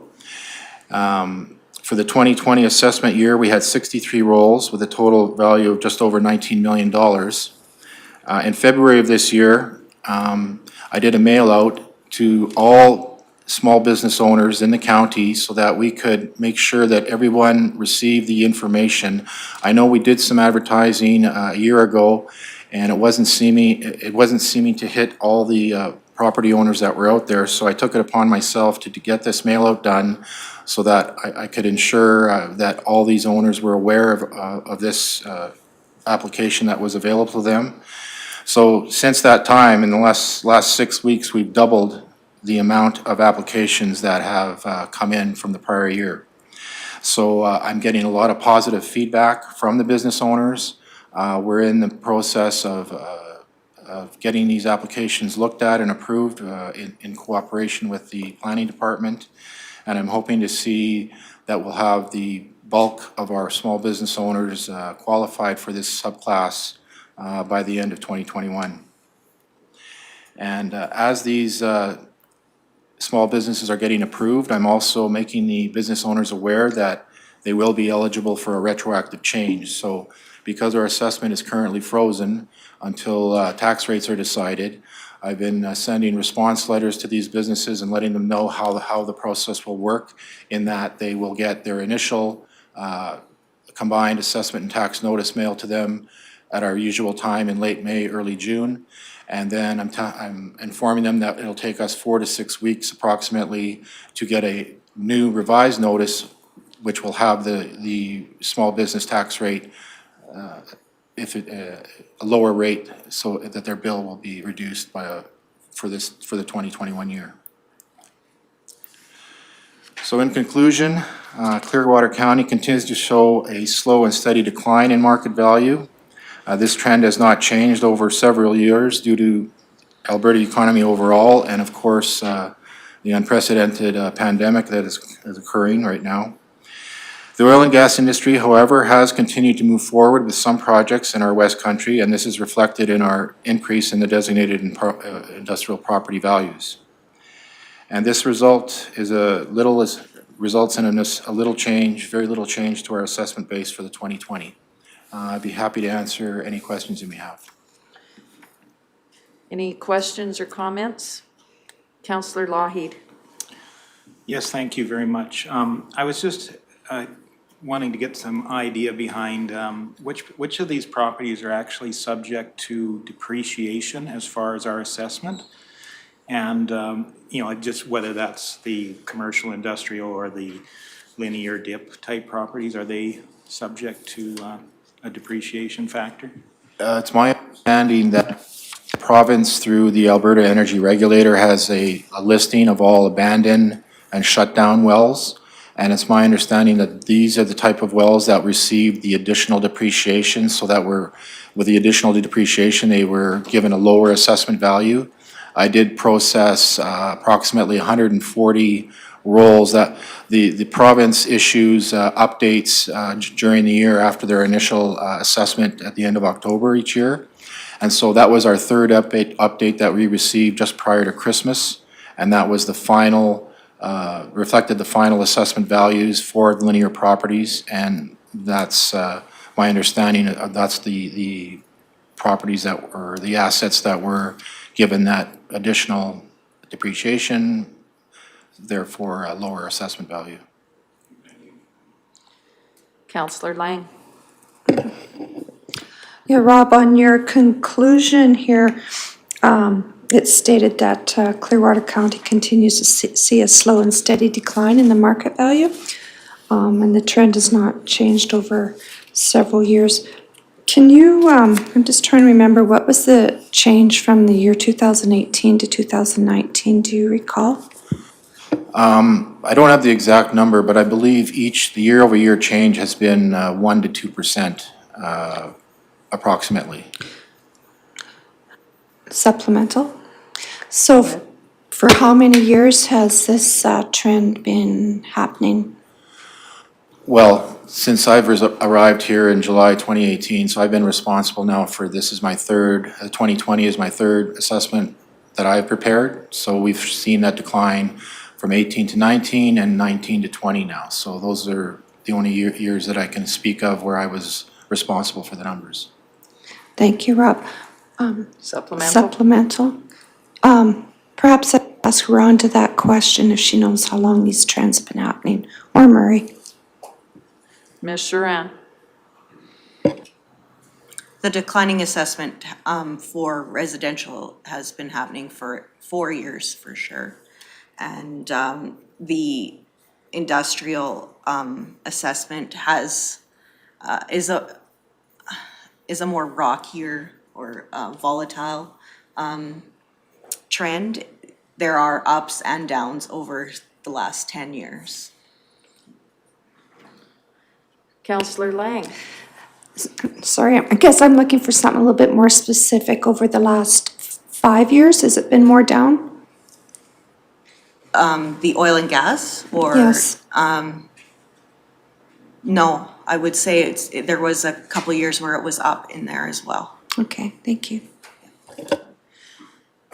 Other questions or comments? Seeing none, I want to thank you for putting this information together. It's always good to have a sense of understanding as we move through the next little bit of time while we figure out what we're going to do for our next tax cycle. Ms. Shurhan, did you still have a comment? Yeah, I just thought I'd give you just a broad brush stroke of how the assessment will affect tax revenue for 2021. I haven't calculated all of the numbers, but I just did a quick calculation, and it really depends on the assessment type, how it affects the tax revenue, because different types are taxed at different rates, and different assessment types also are taxable for provincial school tax or not. So in this case, our machinery and equipment assessment has increased, but they are not taxable for the provincial school tax. So our assessment base that is taxable for the provincial school requisition has decreased substantially, well, not substantially, but more than the average. And so there is a smaller base to tax, to spread the requisition of the provincial school tax out over. So we did get notification that our provincial school requisition is slightly lower than previous year, but because we have a smaller assessment base to spread that over, the school requisition rate will increase for 2021. Overall, the municipal tax revenue would decrease if we applied the same rates from 2020 into 2021 by about 200,000. Thank you for that overview. Any other comments or questions? Getting off easy today, I think. I'm looking for someone to make a motion that council receives the 2020 Assessment Data Review Report for information. Councillor Hoven? Those in favor? That is carried. Thank you for all your efforts. It's nice to get a bit of a snapshot of what to expect from all of staff in the coming weeks.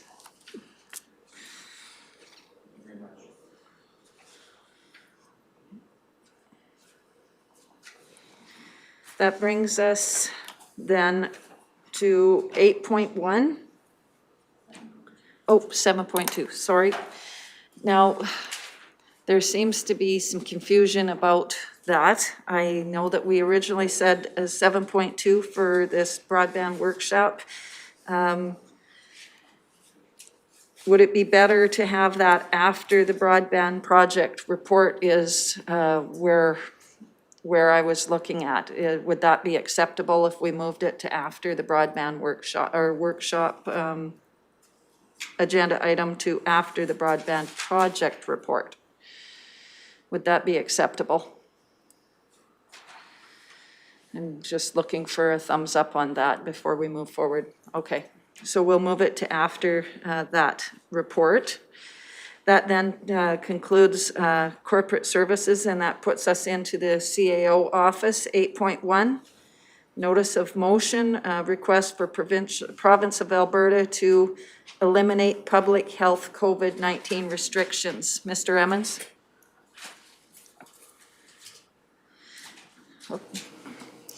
Thank you, Ray Blair. Just for clarity, the agenda was adopted with the addition of 7.2. So just, are you moving, or are you delaying 7.2 until after the broadband report so that it still remains 7.2, or are you changing it to 9.3.1? For clarity, we'll leave it 7.2 because it was already approved. We're just delaying it. Okay, thank you.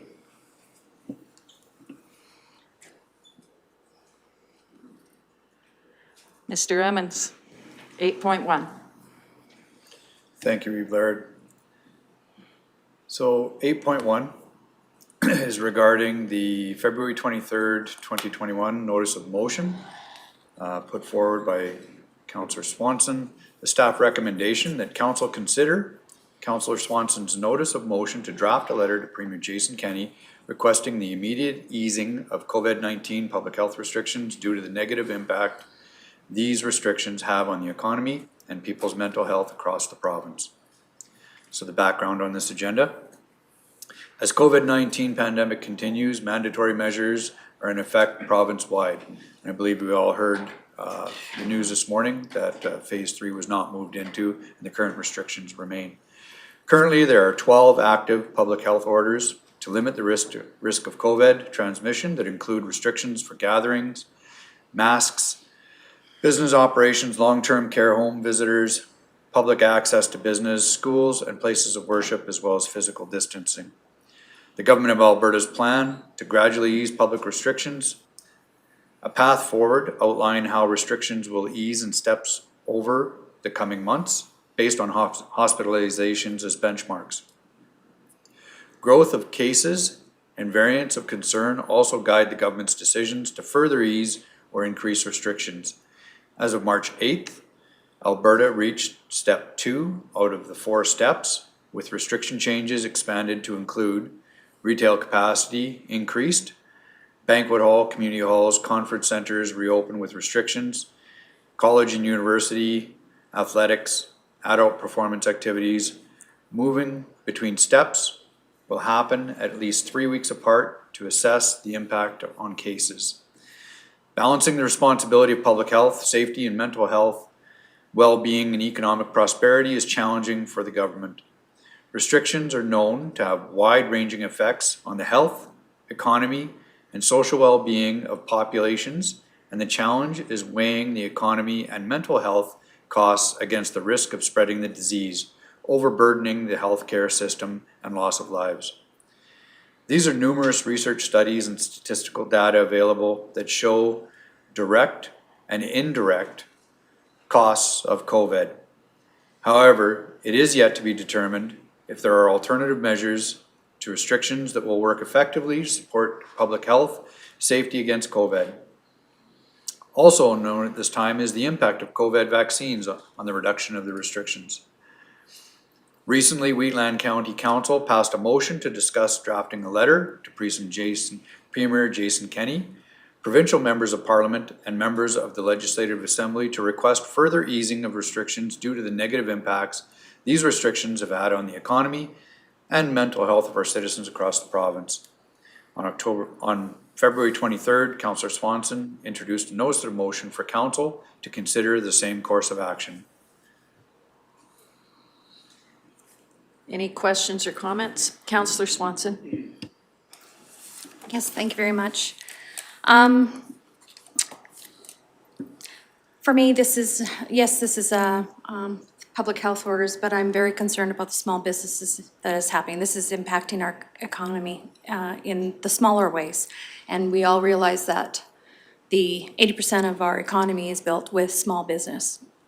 Our region has had very few cases, and we've weathered this COVID this last year very well, very few outbreaks. And the trends on outbreaks seem to be in the large urbans or First Nations. And we are now having, I'll just say over the last week, MP like Michelle Reppel, who's been advocating to open up the economy. And personal experience in my family is, yes, I have family members that go up to a camp up north, and they've managed this COVID through masks, through cleaning, through everything else, and they have thousands of people moving in and out every week.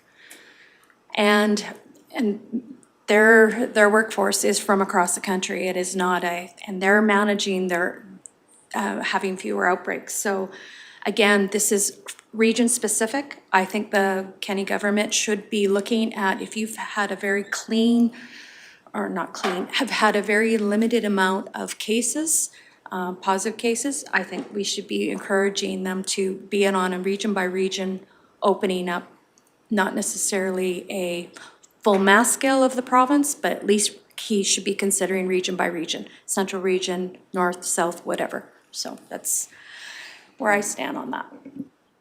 Other questions or comments? Councillor Duncan.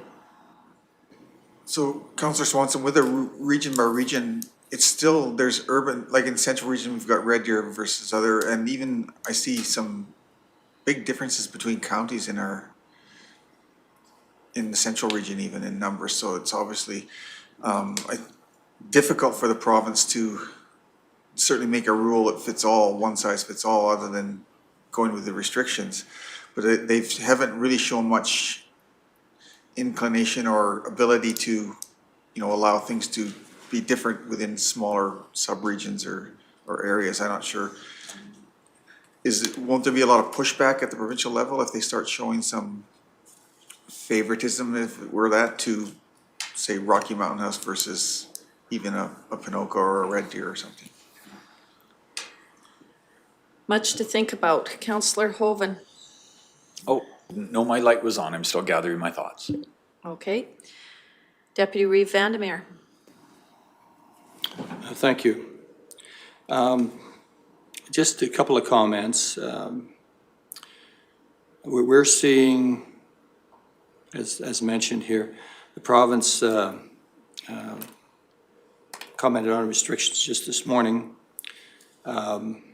We also see third wave is causing shutdowns in other parts of the world, Europe and Brazil in particular, serious problems of the variants,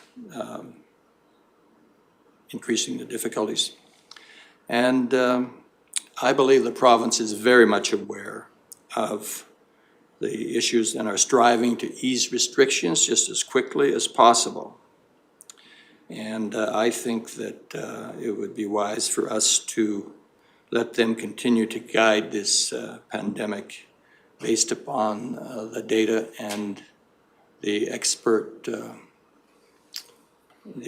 that are within the health system. So also we are trying to get the vaccinations done, and I think that's where the solution will come, is when we get people vaccinated. So I would say let's leave it to the province. I think they have the information and are doing as good as they could in a difficult situation. And I have full confidence that the Premier is trying to get to the other side of this issue as quickly as possible. Councillor Lang. I guess I feel uncomfortable with easing restrictions. The variants, they are more contagious. As summer approaches, we're going to see more human traffic movement. This should be left in the hands of the professionals, the healthcare professionals, the virologists and scientists to making this decision. I guess I just think I don't think a carpenter would try and tell a dentist how to do their jobs. So I This is something I want to leave in the hands of the province. Councillor Hoven. I would like to see the letter state that this is a big province. There are many different areas, many different regions, many different communities, and to try to manage it as one whole unit is not effective. I just look at the mental stress that this pandemic has imposed on everyone. People walking around in masks. I was in Edmonton and people just seem to be like, I don't know, like hamsters in a cage.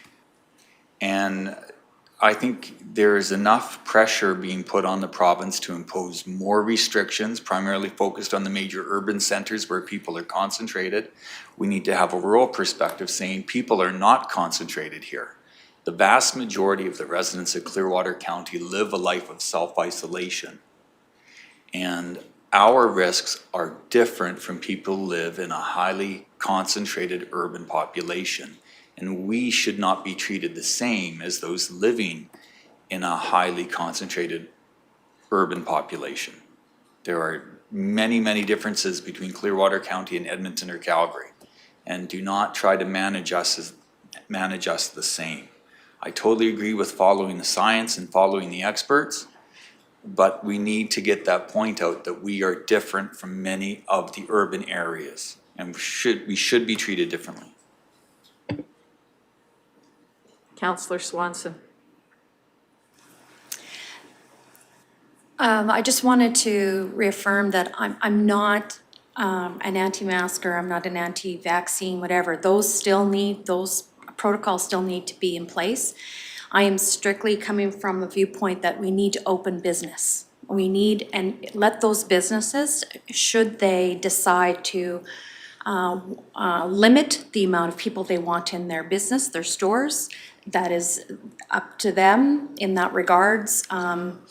Same thing with, if they decide they want to have a mask, we still need to, I'm not on the, I understand, sorry, that yes, there is, AHS is still tracking everything, but this is a business focus for me. This is not, we're going against the all-out rules in regards to not taking those precautions. Like I said before, I have family members that do go up to a camp environment. There's still all the restrictions there, but it's business as usual, and that's thriving. That has to take place.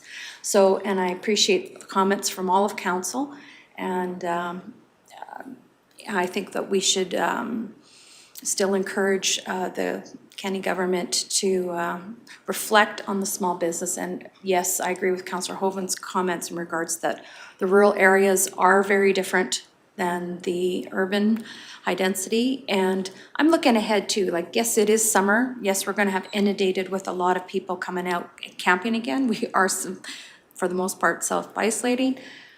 We have events that are being canceled. Some events, the Rocky Rodeo that's been event, but sundry still going on. We have the chuck wagons this coming summer. We have open farm days out. I would love to be able to have more people come out and do that. And that's part of our businesses that are out in our counties. So I guess that's where I'm kind of, for more clarity, where I'm coming from. Other questions, comments, discussion?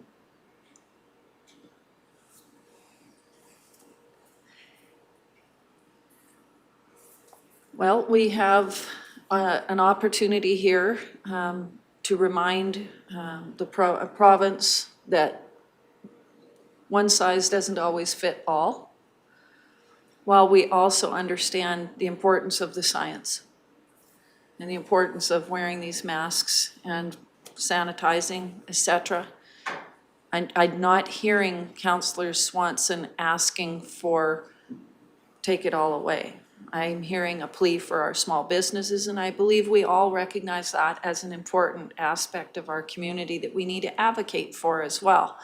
So we have a motion that council draft a letter to Premier Jason Kenney requesting the immediate easing of COVID-19 public health restrictions. It could be either be in rural areas or regional basis due to negative impacts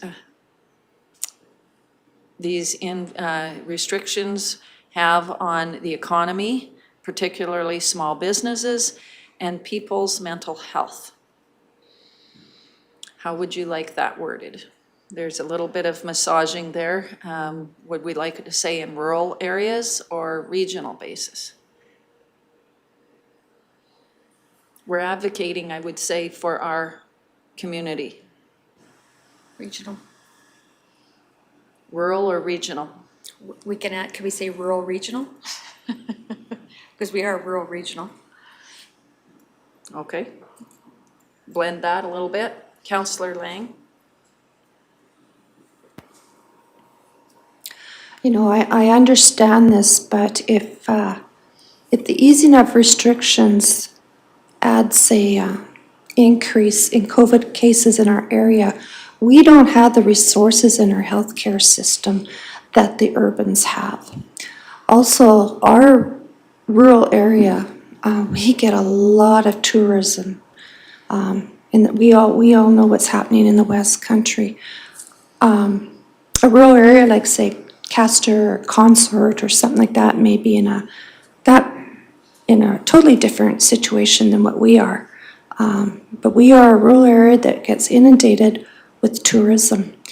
And I know I have a physician in my area that kind of keeps me posted what's happening around the world, but this was something, his concern with the tourists that come here. And if we have an outbreak with the shortage of our doctors, we don't have the resources to deal with this. And I think it's really important to protect those who have a compromised immune system. And this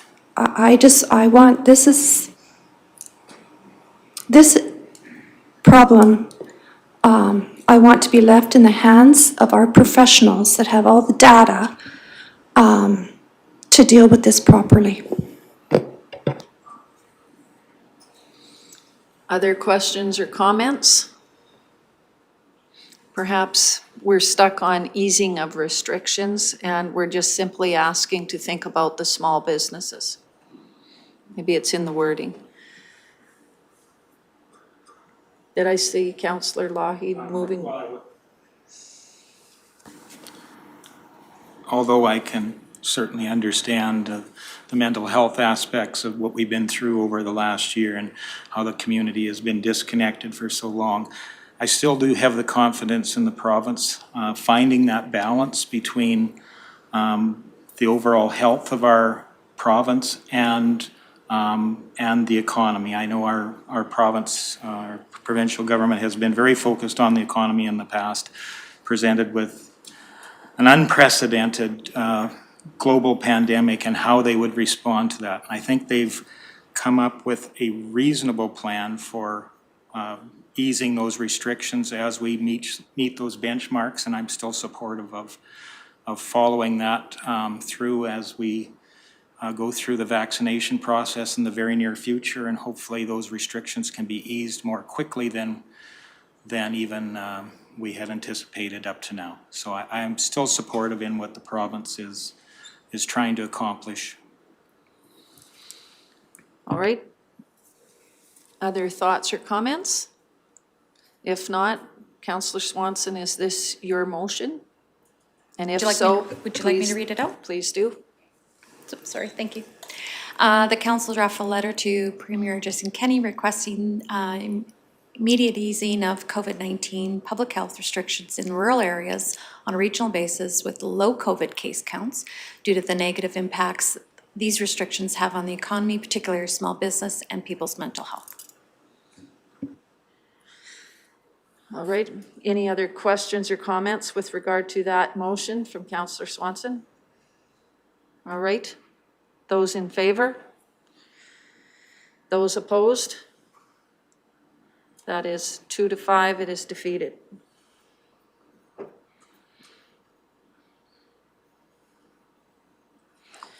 Counselor Swanson?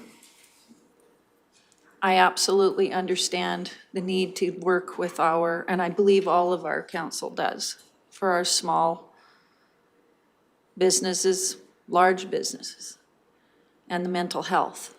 I think that what I'm getting from our group is we're leaving it with the province for now, but thank you. That brings us to 8.2. Mr. Emmons. Thank you, Reeve Laird. So 8.2 is in regards to a request for a timeline extension of the intermunicipal collaboration framework in regard to its deadline. Staff recommendation that council, in cooperation with the town of Rocky Mountain House, send a letter to the Honorable Rick McIver, Minister of Municipal Affairs, requesting a 2-month extension to complete the intermunicipal collaboration framework, the ICF agreement, and to include the implementation schedule for negotiation of the ICF agreement to show Clearwater County and Town of Rocky Mountain House's commitment to the extension period. So the background on this, in response to Clearwater County's March 9th, 2021 request for the Town of Rocky Mountain House to consider completing the Rocky Mountain House Clearwater County ICF before the legislative deadline of April 1st, 2021. The town agreed to have an intermunicipal collaboration framework and IDP committee members meet. The committee met on March 15th and after discussion recommended that the town and county councils by resolution support a request for a 2-month extension, ICF timeline extension from Minister of Municipal Affairs Rick McIver. The committee also agreed to accelerating committee meetings and implementing a schedule to progress toward finalizing the ICF process within the 2-month extension by the end of May.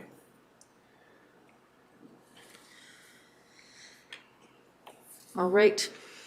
So to accommodate, you'll note that there's also an implementation schedule that is being worked on by Craig Teal with administration, and it, as in essence, is a commitment that every Friday for the next 2 months, the negotiation and or ICF meeting teams will be meeting every Friday morning, with the exception of this next Friday because we've got a Monday meeting.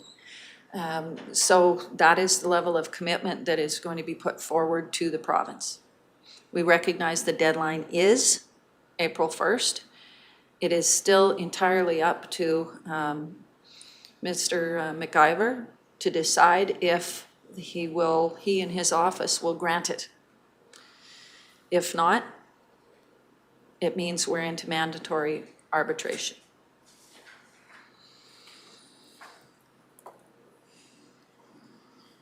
So just looking for a motion to forward this 2-month extension request.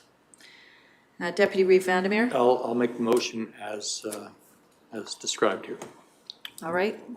Any other questions or comments? Seeing none? Those in favor? That is carried. That then takes us to reports. 9.1, CAO report. Thank you, Reeve Laird. So the March 23rd, 2021 CAO report. The AUMA Spring Municipal Leaders Caucus takes place virtually on April 14th to 16th. This event provides opportunity to discuss key issues affecting community, including COVID recovery, red tape reduction, municipal finance, and the upcoming municipal election. Delegates will also have the opportunity to ask provincial ministers questions about top-of-mind concerns on April 16th. The elected officials education program is partnering with the University of Alberta's Augustina Extended Education to provide municipal leaders MELC to rural municipalities of Alberta and AUMA members to complete all 7 EOEP courses. The new MELC will recognize an elected leader's commitment to ongoing education in pursuit of high-quality service to their community. Elected officials who have already completed all 7 courses will automatically receive the certificate. Item 3, auditors' metrics are on site this week from March 22nd to the 26th. Completion of the audit is expected by the 3rd week of April, after which Clearwater County's draft 2020 financial statements will be presented to council for approval on the 27th regular council meeting. The draft 2021 tax rate bylaw will also be presented for the first reading on April 27th, followed by second and third readings on May 11th, I apologize. Item number 4, Council Strategic Planning Committee is scheduled for April 19th. The committee's discussion will focus on the county's potential 2020 reserve transfers and balances and how to best align these transfers with council's long-term strategic planning for capital project priorities. Committee recommendations based on discussion outcome will be presented for discussion at council's April 27th meeting. And the final item, Ty Lund, former Clearwater County Councillor and Reeve, Alberta Cabinet Minister and Member of Legislature, passed away on February 28th, 2021. A record of former Honourable Minister Lund memorial service held on March 13th is available on the county's website, and our heartfelt condolences out to family and loved ones.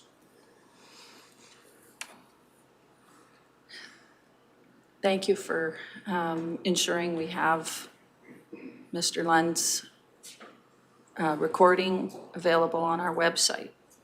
It is a loss to our community. Councillor Swanson.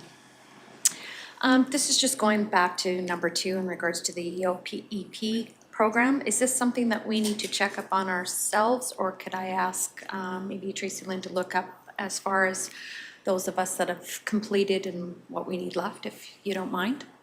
That would be awesome. Thank you. So just going back to item number 1, who would like to attend the April 14th to 16th AUMA Spring Municipal Leaders Caucus? I would like to. Anybody else?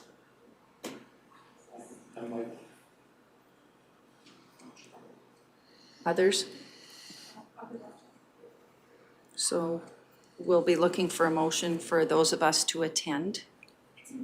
It's in policy. All right, so that's awesome.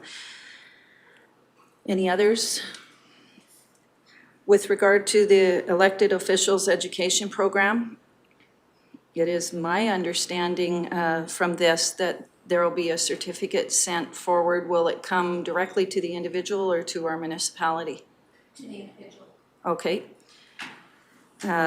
So we do have a few overachievers already in this area, and it is my understanding, Councillor Lang, you have completed this program? Yeah, it was the old program. They changed it to a new program, I think, at the beginning of this council, and I received my certificate at the end of 2000, or just before this new council. Well, congratulations. I recognize that it probably should be in front of all of RMA, rural municipalities of Alberta, so you can be embarrassed and walk up in front of everybody, but nonetheless, very proud of your accomplishment. It is my understanding that Councillor Swanson is also very close to completing, if not completed. So we're looking forward to you bringing your certificate in, and we can congratulate you as well. There perhaps are others that are working on it as well. Any other questions or comments with regard to the CAO report? Looks like you're off the hook. That takes us to the Public Works report, 9.2. Any questions or comments? Councillor Swanson. Number 7, in regards to the Nordegg Historic Commercial Core. And when I read underway of the construction of what's been happening, that MPE is currently finalizing the grades for stairs and retaining walls.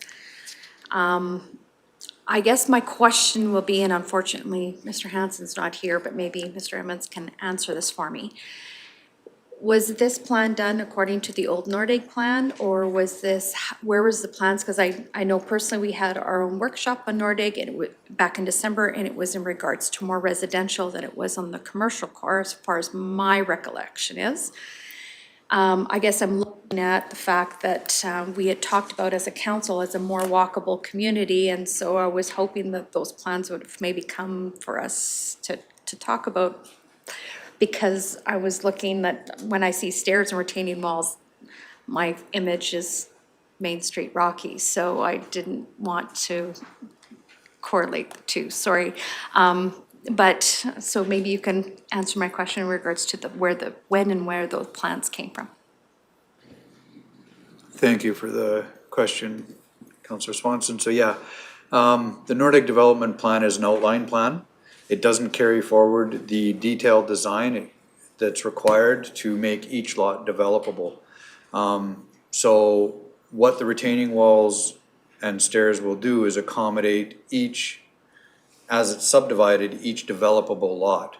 Given the gradient of Nordig, the hill, the topography is extremely challenging, so the retaining walls are required to maintain a level of surface drainage that doesn't impede the neighboring property. So that's where they come in. They don't, it is not to restrict the walkability, but maintain the developability of actually each individual lot. You're welcome. Other questions or comments? Councillor Hoven. Question on that, how many lots will there be along that commercial corridor?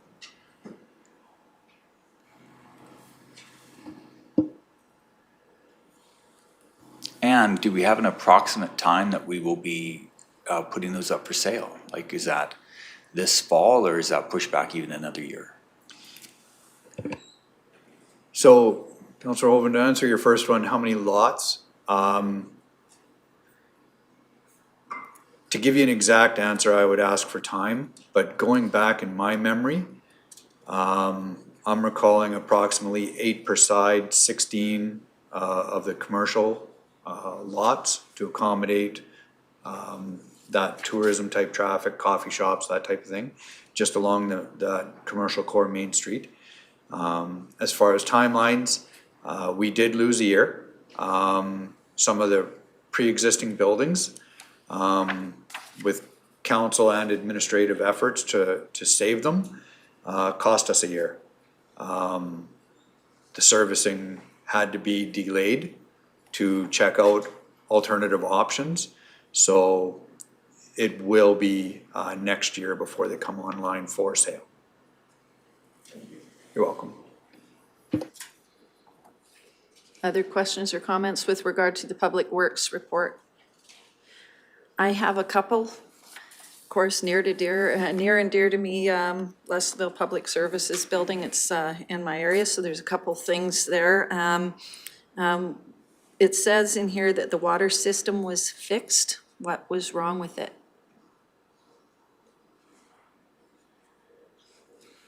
Mr. Emmons. So right from factory, a faulty pump was sent out.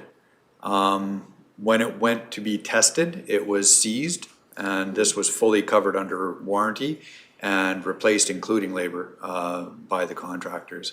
So that was the issue. It was a faulty pump, seized bearings right from factory. Thank you. Welcome. When are they going to be moved in? It sounds like they're starting to move in, and when are they going to be fully moved in and operational? So now again, Reeve-Laird, you're testing my memory. I believe the schedule put out, and I wish Christine Haggart was here, but I want to say third week in April was always the tentative. All right. Last but not least, well, I'm hoping last, there might be a couple in here. It looks like we've got our quotes in for the training tower. It says that the site preparation, foundation, screw piles, and electrical connections will be completed by county staff. I didn't know we did screw piles and electrical. I assume they're gonna be subcontracted. So that statement, Reeve Laird, equates to a day labor, yes. Okay. All right, that concludes my questions. It was more out of curiosity than anything else. Other questions or comments with regard to the Public Works report? Feel like an owl, I'm busy looking both directions. Okay, looks like none. That then takes us to 9.3, Clearwater County Broadband Project Report. Good morning, Reeve Laird and council. So we'll start off at the beginning here.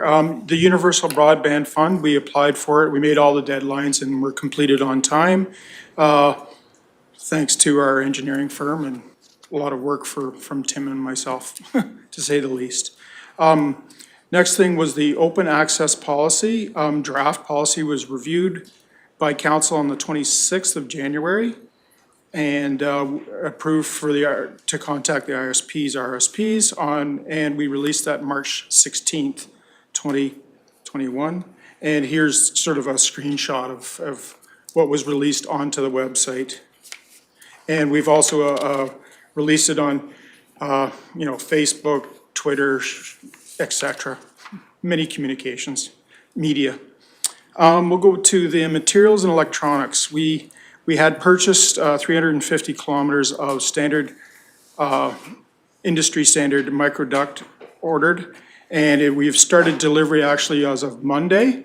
We've received, I think, 2 truckloads a day for the next few days until we're done. There's quite a lot, and it's out at the North Quarter. So if there's a spot, I'll supply some pictures for the next report and whatnot. Farrier Phase 1. All the fiber is deployed between Farrier Drive and Clearwater County temp pop location. And just a further update, we're going to be starting on the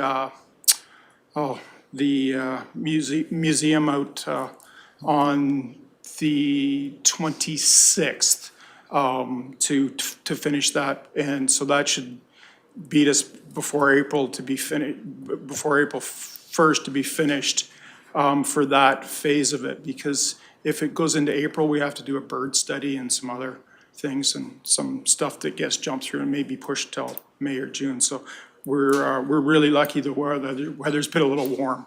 So hopefully that gets finished sooner than later. Out at the POP and Farrier, the racks, the power installation is in progress. And I included a small picture there. It's growing since last week when we've done that. The DC power is in progress in installation, and we've hired a local contractor to do that. The optical electronics are ordered for both locations, still awaiting delivery. It's been a long time for those coming. Grounding to start early April as soon as the weather allows, and they have to let the ground actually, the frost come out before they can actually do the grounding. The grant, CTI grant, is still under review by the federal government, moved up to manager level. That is about all the information I have, when, where, and if will, coming news, I guess. It's been quite a long process, to say the least. The Rocky Mountain to Olds Phase 2, design permits are close to 65% complete. What we're doing now is bridge inspections, hydrovacing, and what we're doing on each corner, all 4 corners, checking to see if there's pipe that we can use, and we get permission from Alberta Transportation and Clearwater County to use, and if they are, we put pull tape in them and ready them for construction season. So that's gone underway. That should be finished, I'm hoping, by Wednesday next week. Weather permitting, of course. The Rocky Mountain POP site survey was done, and in tandem to be released hopefully this week, for the main pop, that the pre-qualification for Clearwater County fiber construction was posted March 11th on the county's website and on the Alberta Purchasing Connection, which is where we typically post that. I gave you both the sort of the screenshots just for reference. That's looking, there's a lot of people applying for it, so it's looking very, very good. Starlink, we got a demonstration Starlink dish in, and I demonstrated it with the help from Mike Bell on last Friday for council. And we're gonna put it out at the Leslieville Public Services Building for further testing, and I will update in future reports the performance, usability, and bandwidth, and et cetera. But so far, I think it's going in physically. I think we're gonna mount it on Friday, so I'm not 100% sure on the logistics there. The wireless projects for a microwave interim solution for Nordegg. We have, I'll just sort of skip down here. We've released a RFP for the tower build in Ferrier and an optional tower, well, we'll call it optional, but we'll probably put it in, is in Nordegg, and looking at leasing on other towers as we go. But for right now, we've released it. We do have to do a public notice for the tower, to build the tower within 3 times of the height, and the height is 87 meters, sorry. So times 3, so that circle everybody has to be informed, and public consultation has to be given. So we're in the midst of doing that. I think that is getting released, the consultation part is getting released to the newspapers. I think this Friday, I was speaking with Michael McLean, and he says that's usually the typical times they come out. I think the Western Star, and geez, I can't remember the other name of the other paper, but anyways. Mountaineer. So that'll be put out. So I've also included Michael's broadband communications update that he was so kind to help me with. We've released the FAQs, and there's still people bringing more questions, and when we get a couple of them, we post them up and refresh the FAQ. The status update I gave you on the UBF grants. I did notice this morning that they did release one more rapid response for New Brunswick, but they seem to be rolling out in spitter and spatters now. It was the only one from last week, so it was a little strange. I think they're sort of trying to catch each province. We'll go with that. So the ISP speaking with them has been posted, that's been posted on our website, which we know, open access policy. We're reviewing that again with the ISPs and looking to collect feedback with our engineering firm. Tower notification, that's gone out. And fiber to the home information was added to our website and to the broadband communications plan, so that they know that we're actually looking through the UBF grants for those. And I've included quite a lot of support letters that we got. Do we want to go over any of them or point any out, or? I'm not seeing any. I think we recognize that there's a number of them, and that's good news. Yeah, it was really good, and we got some really good responses, and pretty happy with that. That's all, Council. Thank you. Councillor Duncan. Cam, just a question. The CTI grant is the one that takes us out to Ferrier, right? Yes, So correct. I thought we had that was approved, so we've never received any funds for that grant? We have not received any funds of yet, and it was to be put in. That was part of the deal into we've actually had Magna Engineering helping us present it, and it's sort of a stage thing, and it's going in, but we haven't been approved for any monies as of yet. So are we in danger then of not getting that grant because we've gone ahead with construction before the grant was approved? We would or- be, what they said to us is we would get a reduced amount of money for efforts already put forward. So we're gonna have that completed before we get any It's funds really out? dragged on, and then we've had Magna Engineering and ourselves working on it for months and months and months, and they just keep bringing questions, and it goes to another level, and then the same questions get asked again and again. It's very long. It's somewhat concerning that we could lose that entire grant if they failed to, if they were, to hold us accountable to doing construction before. Absolutely. So that's the one thing, the one risk that was brought out at the beginning of all this. Okay, and sorry, one more question. Supplemental? Yeah. You're talking about a tower in Ferrier. Yes. Is there going to be, do we know, a TELUS tower there as well? Like, or so I guess what I'm asking is there gonna be the possibility of two towers there with just equipment from each of us on there, or is it any ability to coexist with someone else or them to coexist with us? Go ahead. Ray, perhaps I can speak to that. We've had discussions with TELUS, but we're also in a non-disclosure agreement with them. So I'm unable to provide any details of those discussions at this time, with all due respect. Thank you. All right. It's better said than I would have. Thank you, Mr. Hagan. Councillor Lang. I've got two questions. Sure. So back to the CTI grant, I'm just trying to remember, didn't we make application or agree to that based on the fact that it was 25-cent dollars?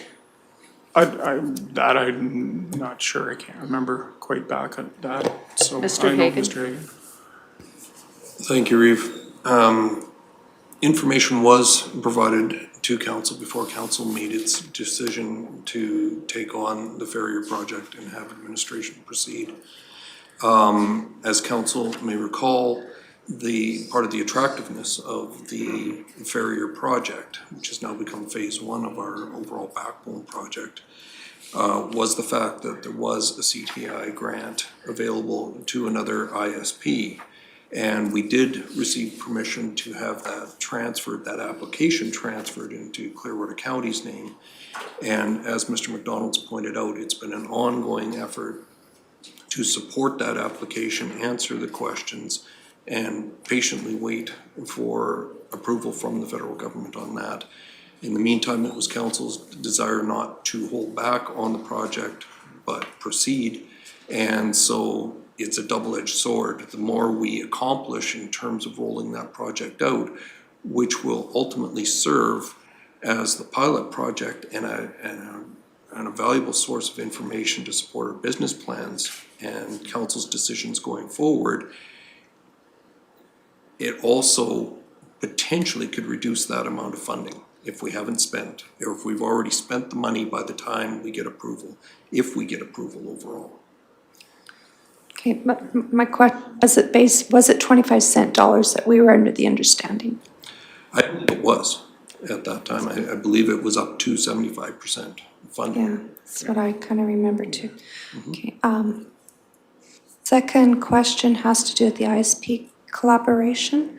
How many ISPs do you expect to be getting feedback from? That's a good question. We actually have our weekly meeting on the Wednesdays mornings with the engineering firm, and I'll ask them that question. And I can just, can I mail that out, that answer, or do I need to bring it back to another council? Just mail it out. I guess, and also, are you going to be approaching the ISPs, or you're just going to wait for them to get a hold of you? That's a great question. The first week we were waiting for them, and we've got a lot of responses, and now we're starting to reach out to them. You will reach out to them? Yeah, oh yeah, both actually. We'll accept people coming in, like in, you know, replying to our website ads and Facebook, and we'll also be reaching out, so we'll be doing both. Will council get feedback from these ISPs, or will it be sort of filtered through administration? It will be given to the to the engineering firm, and then the engineering firm will create a report to that, and then we would bring that back to council in a future date. Okay, thank you.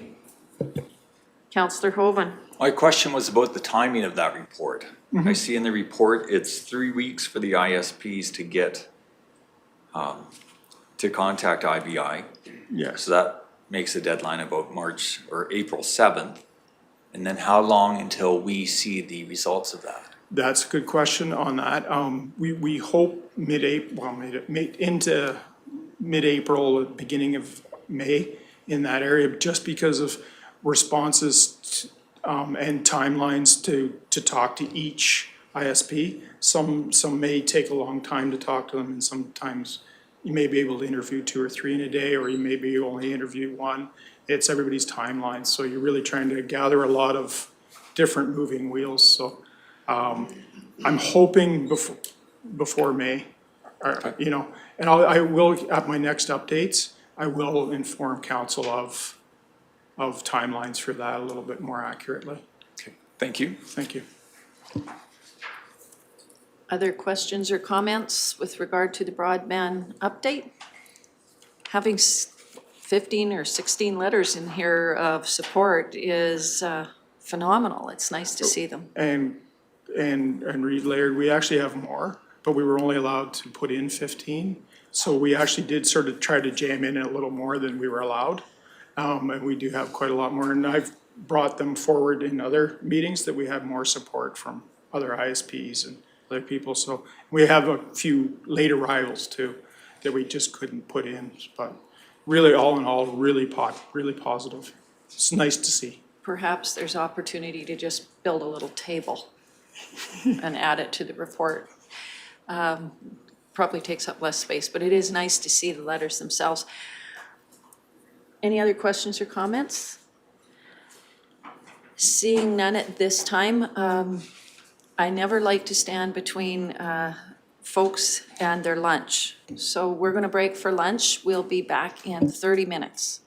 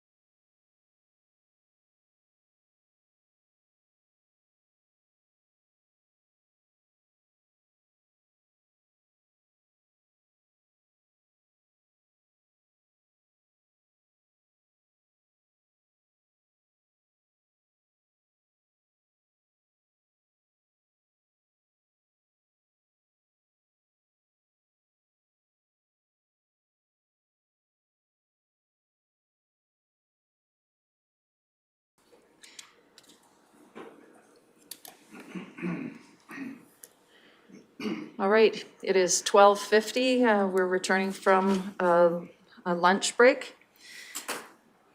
We have, so far in the reports, had the 9.1, the CAO's report, 9.2, the Public Works report, and 9.3, Clearwater County Broadband Project report. Deputy Reeve Vandermeer, you indicated that you would like to do move, and we delayed 7.2 until now. Yes, thank you.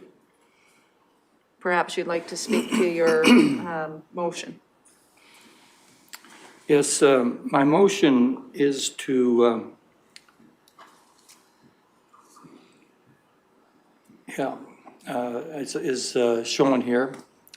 Council schedule a council workshop by mid-April with administration and individual internet service providers in attendance to receive input and discuss policy options related to the county's fiber optic network.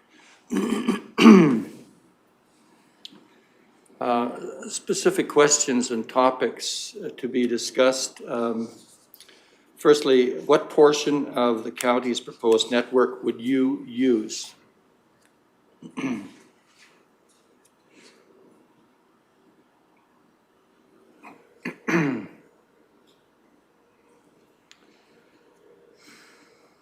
And in brackets, now and in future. Second point, what are the commercial terms required?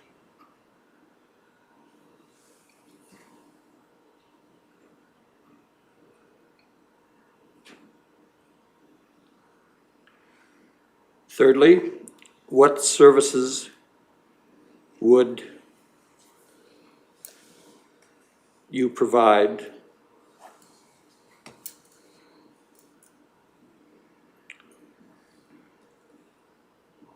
using this network?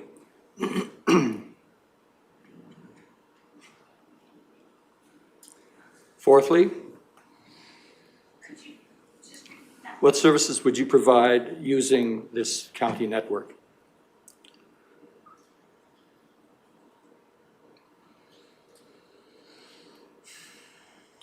Fourthly, just policy suggestions and discussion.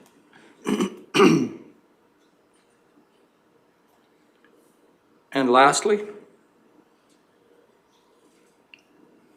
just other concerns.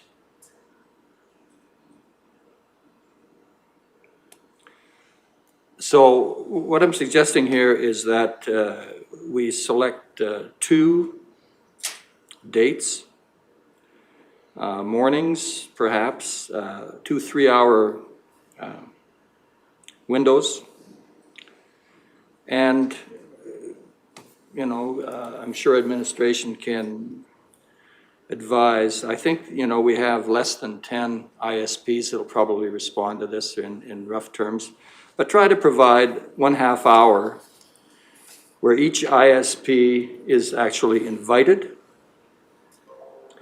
and they could offer up a 10 to 15 minute discussion, and then it would be open for another 10 to 15 minutes to answer questions and follow up discussion with council and administration.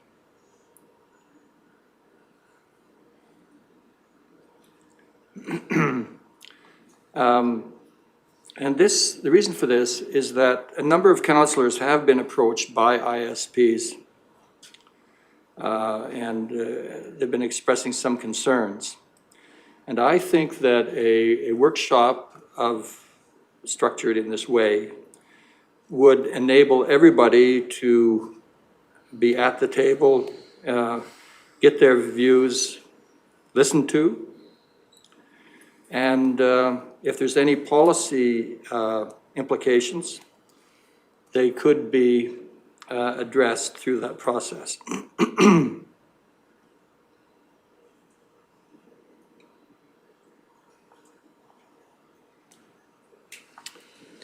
Any questions?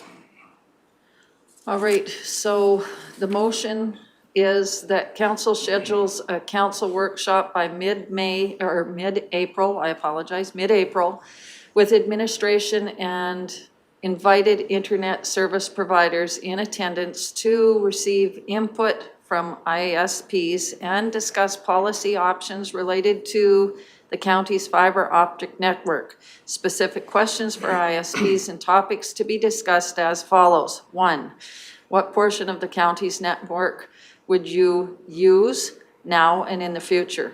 2, what are the commercial terms required? 3, what services would you provide using this network? 4, policy suggestions and discussions. 5, other concerns. Any questions or comments? Councillor Hoven. Looking at all those topics, I think the vast majority of that is all administration work. I think a lot of those questions should be answered, or at least could be brought up by our engineers in the open access policy discussion that they're having with all the ISPs in the area.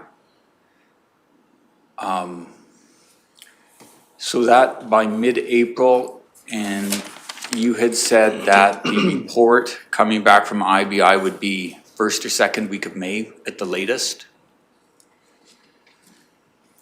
I just think this is completely redundant. I think we have the ISPs. If ISPs have any major concerns about the backbone plan, they should put it in writing and address it to this council so we can deal with it that way. I am more interested in having administration actually do the work on the existing backbone plan than take 1 or 2 weeks to organize this workshop. This workshop is going to set back. It's going to take so much time for them to put it together, for us to have it, and then to deal with the ramifications of it. We are going to be losing a month or 2 of work on the work that needs to get done. I'm completely against this, especially on this focus. We can tell IBI to expand their discussion with the ISPs when they're already contacting them. They can get all the information. I trust our engineers to ask better questions about each of all those 5 topics than what I would know. I'm against this. Mr. Emmons. Thank you, Reeve Laird. So when yourself and Deputy Reeve Vandermeer met with me and discussed this, I stated at that time I couldn't remember past motions because there's been a number of them on this subject. So subsequently I did research it, and council passed a resolution to table a notice of motion, motion number 112021. Motion made by Councillor John Vandermeer that council tables item 1.8.1 pending.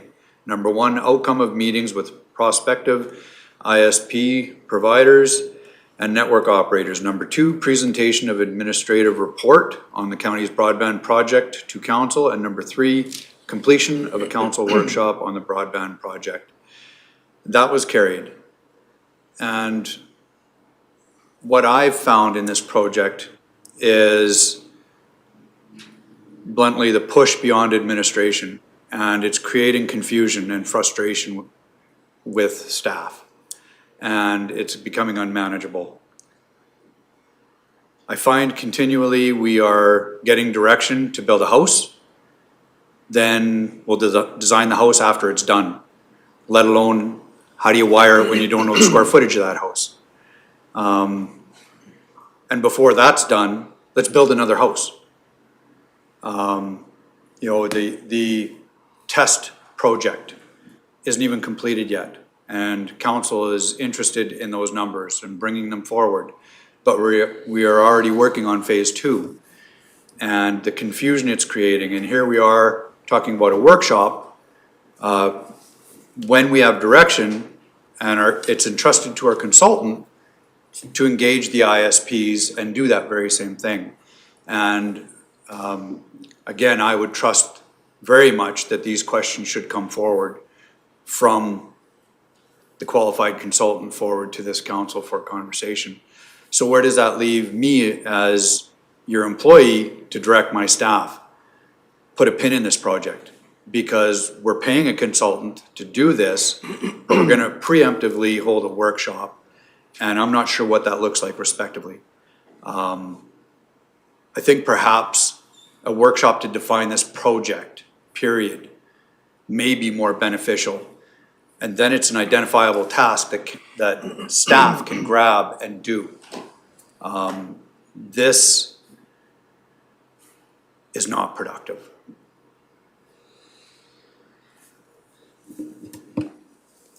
Perhaps there's an opportunity here for us to better understand the kind of questions that are already in the works with the ISP consultation process that is currently going on.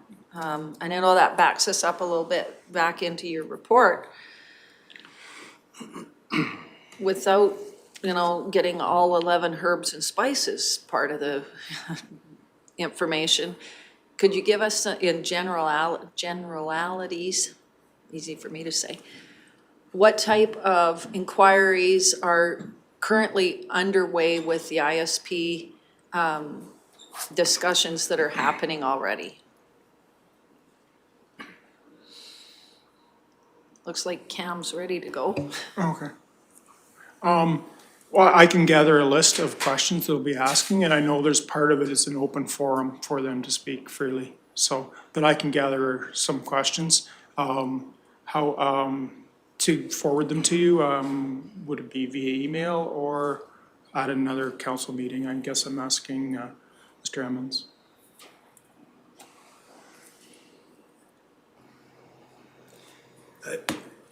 I guess again, that,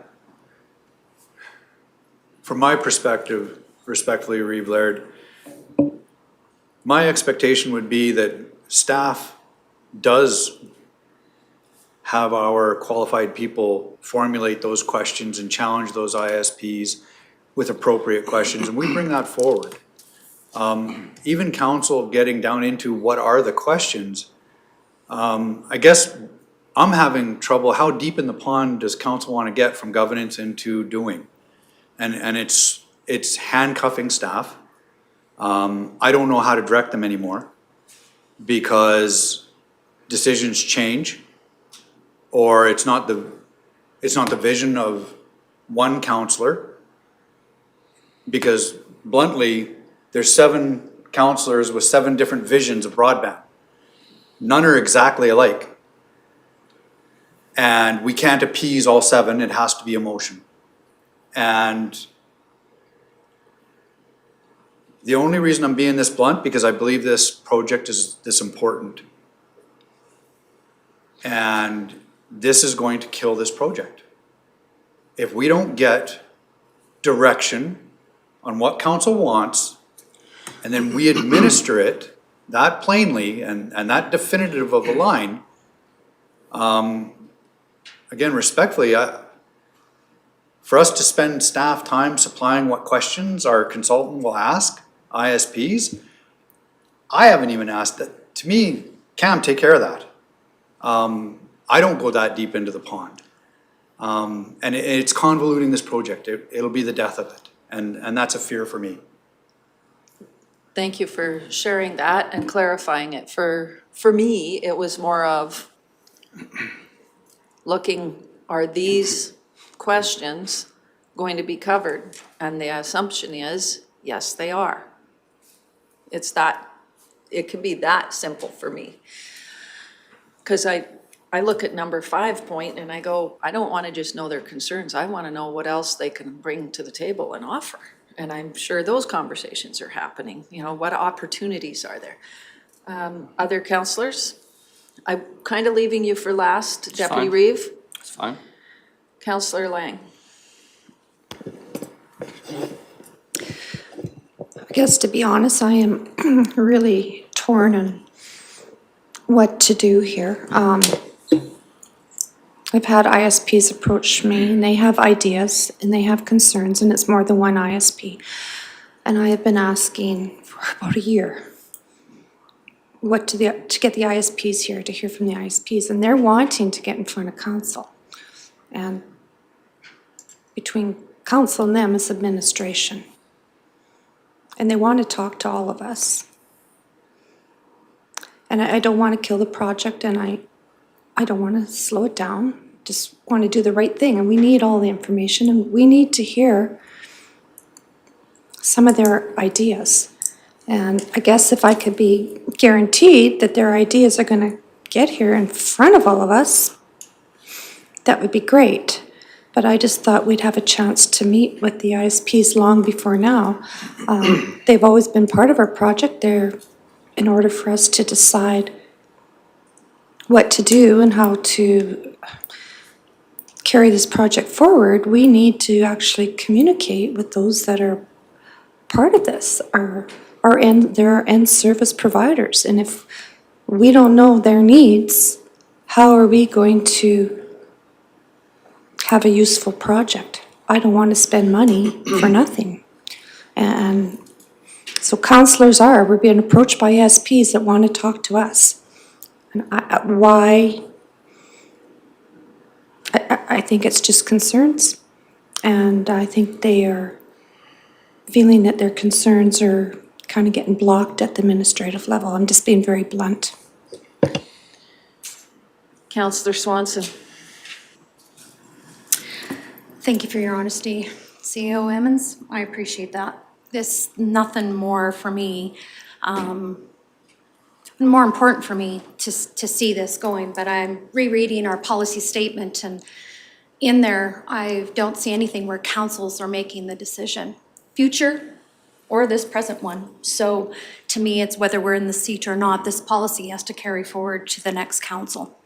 And that's why I trust the administration to be asking the right questions and to be putting the right, asking the right questions, getting the right information in front of us to make that. I mean, hey, I have a solution. Like CEO Emmons had said, let's just phone Starlink, say we want 6,000 satellites and done. It's done tomorrow. And what does that cost us? $700 a piece? Hey, $4.4 million or something like that, and we'd be done. Our high-speed stuff would be done, because it just says high-speed. It doesn't say, it says broadband. It doesn't say what kind of broadband, but it says broadband. So I guess for me going forward, the ISPs are the ones that are gonna be working with our administration going forward. And we have an engineering group that is going to be talking with them. They're not going through administration, they're going through the engineering group. And I have to trust that that engineering group have done what they've done.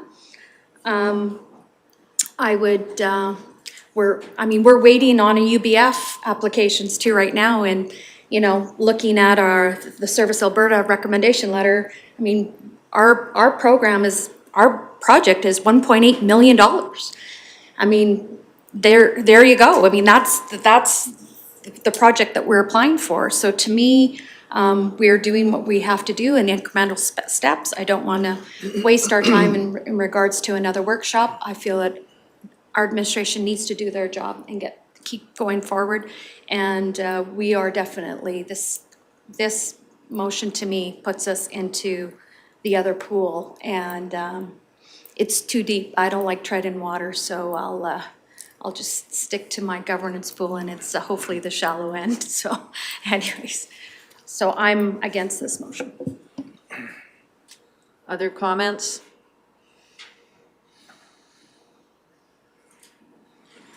Councillor Lougheed. Well, I can definitely understand that the ISPs would like to get before council and fast forward the process somewhat. I know that we're policy driven here and procedure driven, and I believe we have a process in motion.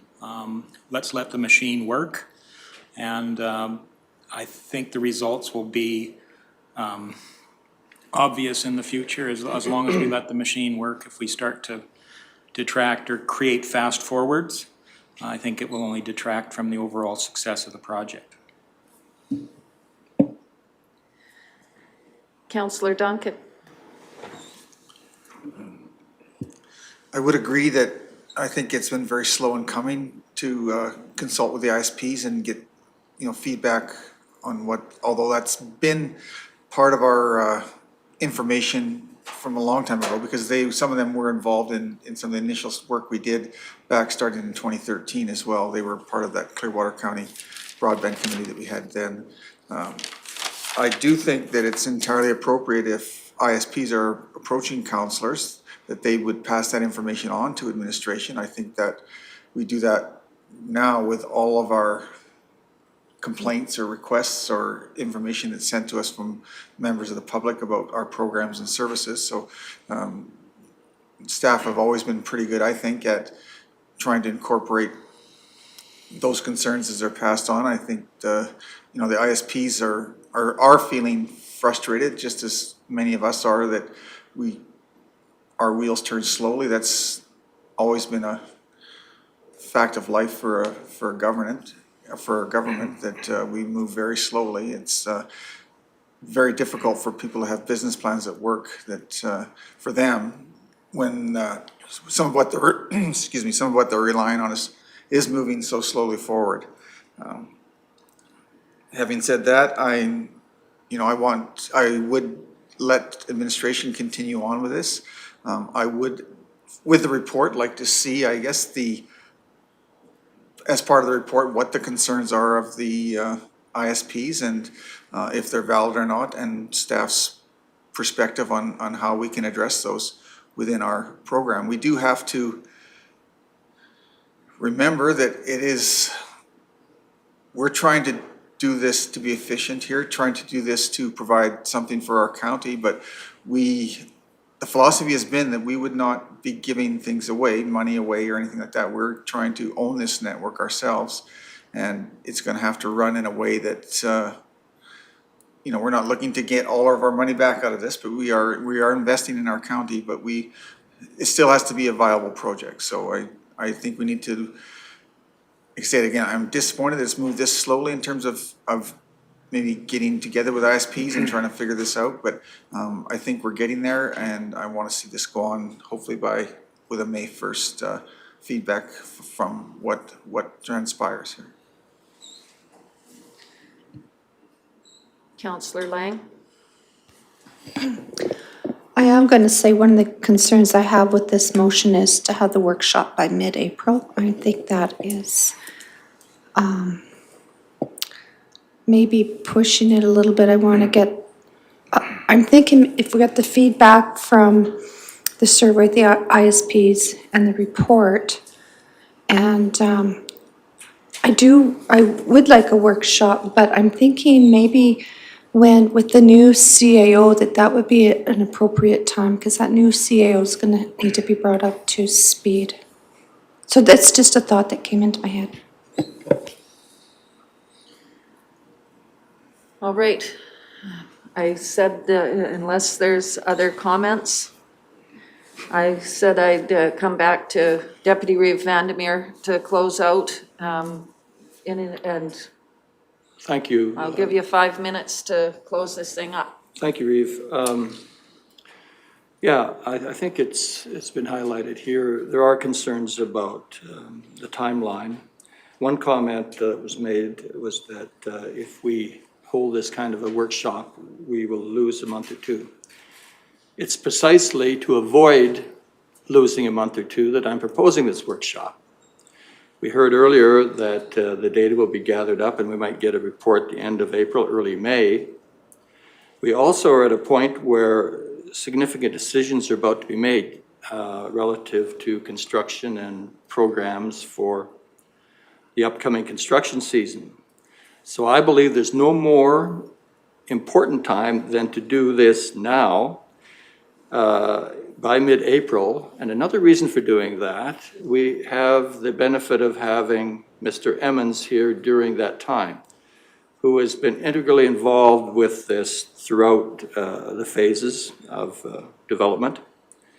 And to have him involved in the discussion together with council.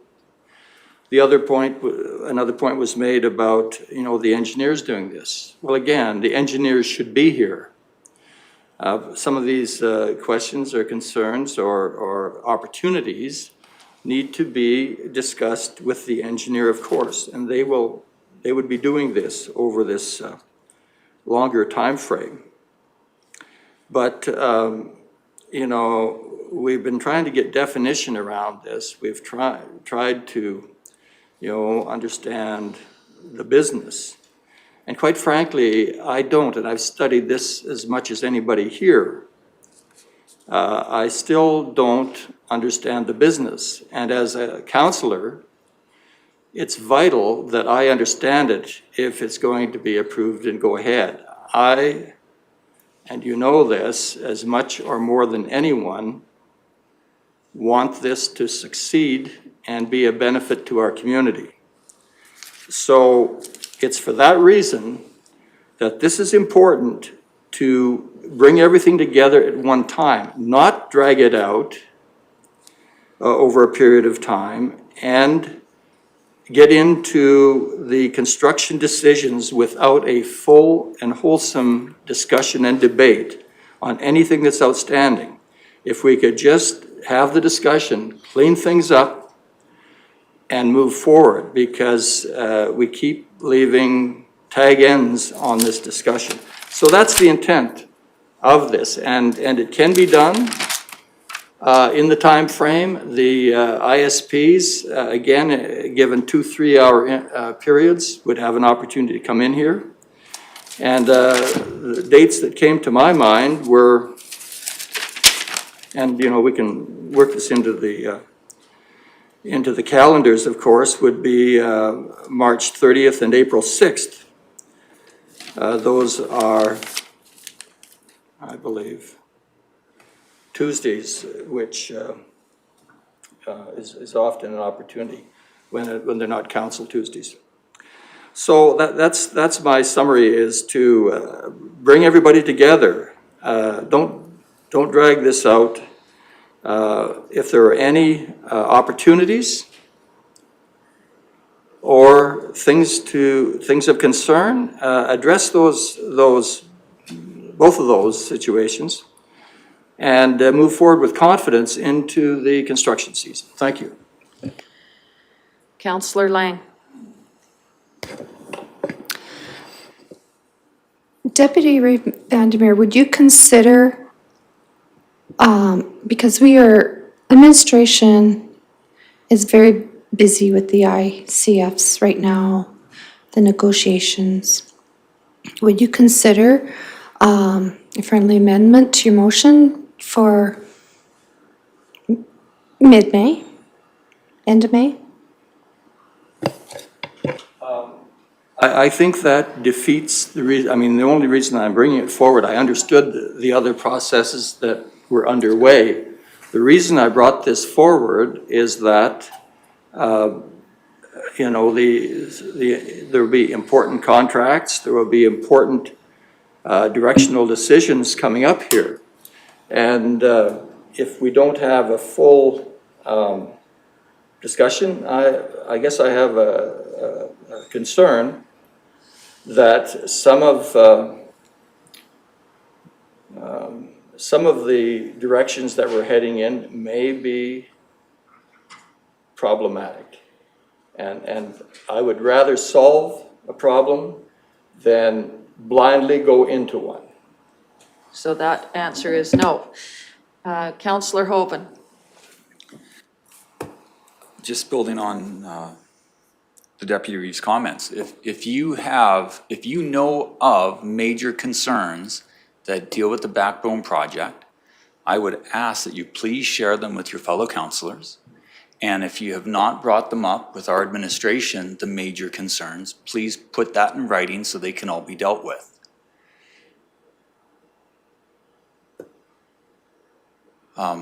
And I would invite any ISP who's got major concerns about the project to put it in writing, send it to all of council and to administration so we can deal with it. It sounds like some members of council have information that other members of council do not. And we need to be in a situation where we can have a free flow of information. We can all have the same information so we can make decisions. In regards to this workshop, This, in my opinion, is administrative work. We have the engineers who are talking to the ISPs. We have our administration who has experience in broadband thinking of questions. We do not need to be working, standing there looking over their shoulders every minute of every day, trying to make sure they don't make a mistake, because by us doing that, we're probably causing mistakes. We just learned of an example today with the CTI grant where this council got ahead of the administration side of things. We were so passionate about the project, we started to work on it before we had all the administrative sides done, and it's now going to be costing us upwards of hundreds of thousands of dollars perhaps. And on a project of this larger magnitude that we're looking at, by us interfering and getting involved in the administrative side instead of us staying at the governance side, it could have disastrous cost consequences. I am against this motion. I am against a workshop. There are other channels to get information to administration and councillors. We do not need to take the time and delay the whole project and throw everything up in the air. If we're going to approve this project, we might as well have a vote to kill the whole broadband project, because it's just going to delay it and nothing's going to get done. All right. I don't see any other lights on. You have a motion before you put forward by Deputy Reeve Vandermeer. Those in favor? Those opposed? That is 1 to 6, it is defeated. That being said, I will tell you why. For me, it was too tight of a timeline. We have a lot of wheels in motion. We anticipate staff are working diligently on our behalf, recognizing the importance of this project. I do anticipate, given what we heard earlier in the broadband report, that we will have a more thorough opportunity for a more thorough workshop and reports in mid-May when this stuff gets put together. And I think that's when the opportunity happens. I believe you're already reaching out to the ISPs, and I anticipate that with today's discussion, you've got a greater, broader opportunity or knowledge of what this council is looking for as well. Not that I don't think that you already anticipated. We'll look forward to something in mid-May, as you've already indicated in your report. And that is why it's a timeline thing for me.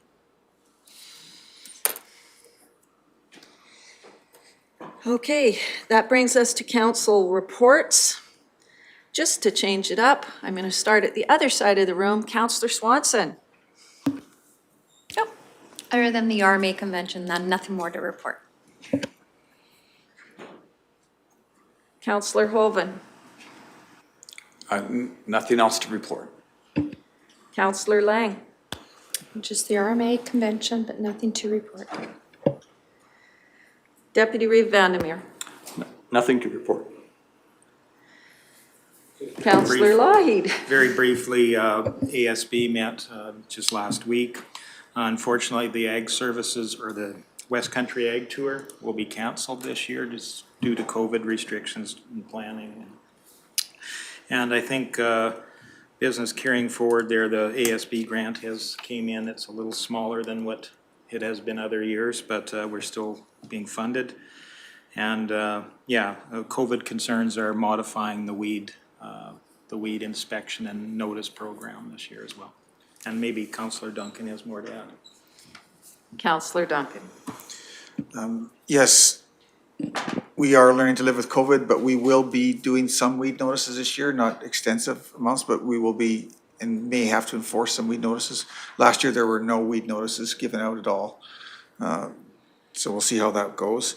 There is even during COVID though, chemical sales were up. So there was still lots of spraying, especially range and pasture, being done out there. So people are still taking care of the noxious weeds, even during the pandemic. one piece of good news for ASB is that there is a new chemical on the market now that is a range and pasture product that is significantly less dollars than the two existing ones that we've been using. So we will be retailing that one this year as well. So that's a good point there. Other than that, I would also report briefly on NSWA, North Saskatchewan Watershed Alliance. Our policies are being reviewed, and we've pretty much completed that. And with the new EA we've had in place for the last couple of years, the one change of note for Clearwater County would be that now the membership on NSWA will be recognized as a county membership. And it is up to the county to send whoever they wish from their council to represent that one on a 3-year basis. So so each county will, if they wish to be a member of the board, would apply. And if there's 4 municipal positions on the NSWA board, so if 5 counties apply, there would be an election at the AGM for which of the counties would supply a member for the board. But it's up to the individual counties to send a member from their council. Looks like there's a question from Councillor Lang. Yes. Councillor Duncan, with this new chemical, do the acreage owners have access to that, like especially the CRA acreage owners? You have to have some livestock on the property. And that's true with all, it's the same rules that are in current existence for the chemicals we have now, like Restore and Grazon. Can you borrow livestock? Yeah, but yeah, we do our best to facilitate the use of that, but that's the Pest Act, right? That's a federal regulation that we're dealing with there, so we try and help out. And the unfortunate part is that all these chemicals now come in large quantities, and it's far more than any one acreage owner often needs. But we do have ability to store here for people as well. And these products can be stored safely at home too, but there are, yes, challenges with these chemicals on acreages that we are trying to overcome. Other questions or comments? Is that your report? That's everything I had, yes. Thank you. I took the liberty of sending out my activity report to you a couple days ago. Highlights from that. Of course, we had the MDP review workshop on the 12th.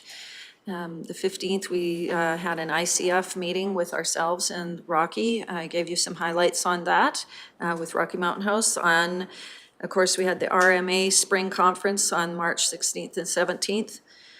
On the 18th, I had Safety Codes Fire Subcouncil meeting. There is some interesting developments from the Building Subcouncil with regard to Farm Building Code and trying to have harmonization with the National Building Code, which will then, we're looking at, it could possibly come into the Alberta Building Code, but there is, I'm going to be reaching out to Paul McLaughlin, the president, and having a conversation with him about making sure that as stakeholders, RMA and farmers and ranchers are communicated with on what this could mean.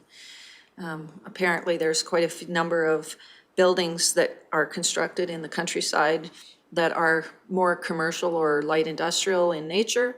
And there are some safety considerations with regard to that because they're not all meeting building code, and it's creating problems for building and fire officials. So I will keep you posted on that as it goes forward.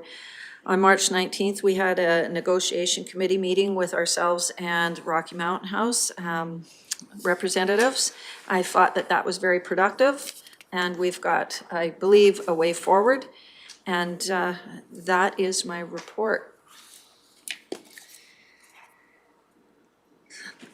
Next, we have our councillor remuneration as attached. So I'm just looking for a motion to accept the reports for info, unless there's any questions for me.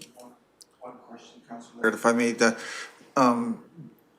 the buildings you were speaking to, is it more a case of like hog barns, dairy barns, bigger buildings, or are there concerns with smaller farm shops and such as well? It's dependent on its use. So if you are a farmer that has decided to go into the welding business, you have changed that use. And it's mostly the big buildings that we're concerned about for sure. Again, it's from the building subcouncil, so it's about trying to follow that and make sure that the stakeholders are engaged. Okay, thank you. Now with that, I would make the motion to accept these items for information. All right, thank you. Those in favor? That is carried 7-0. That then takes us to correspondence, 10.1.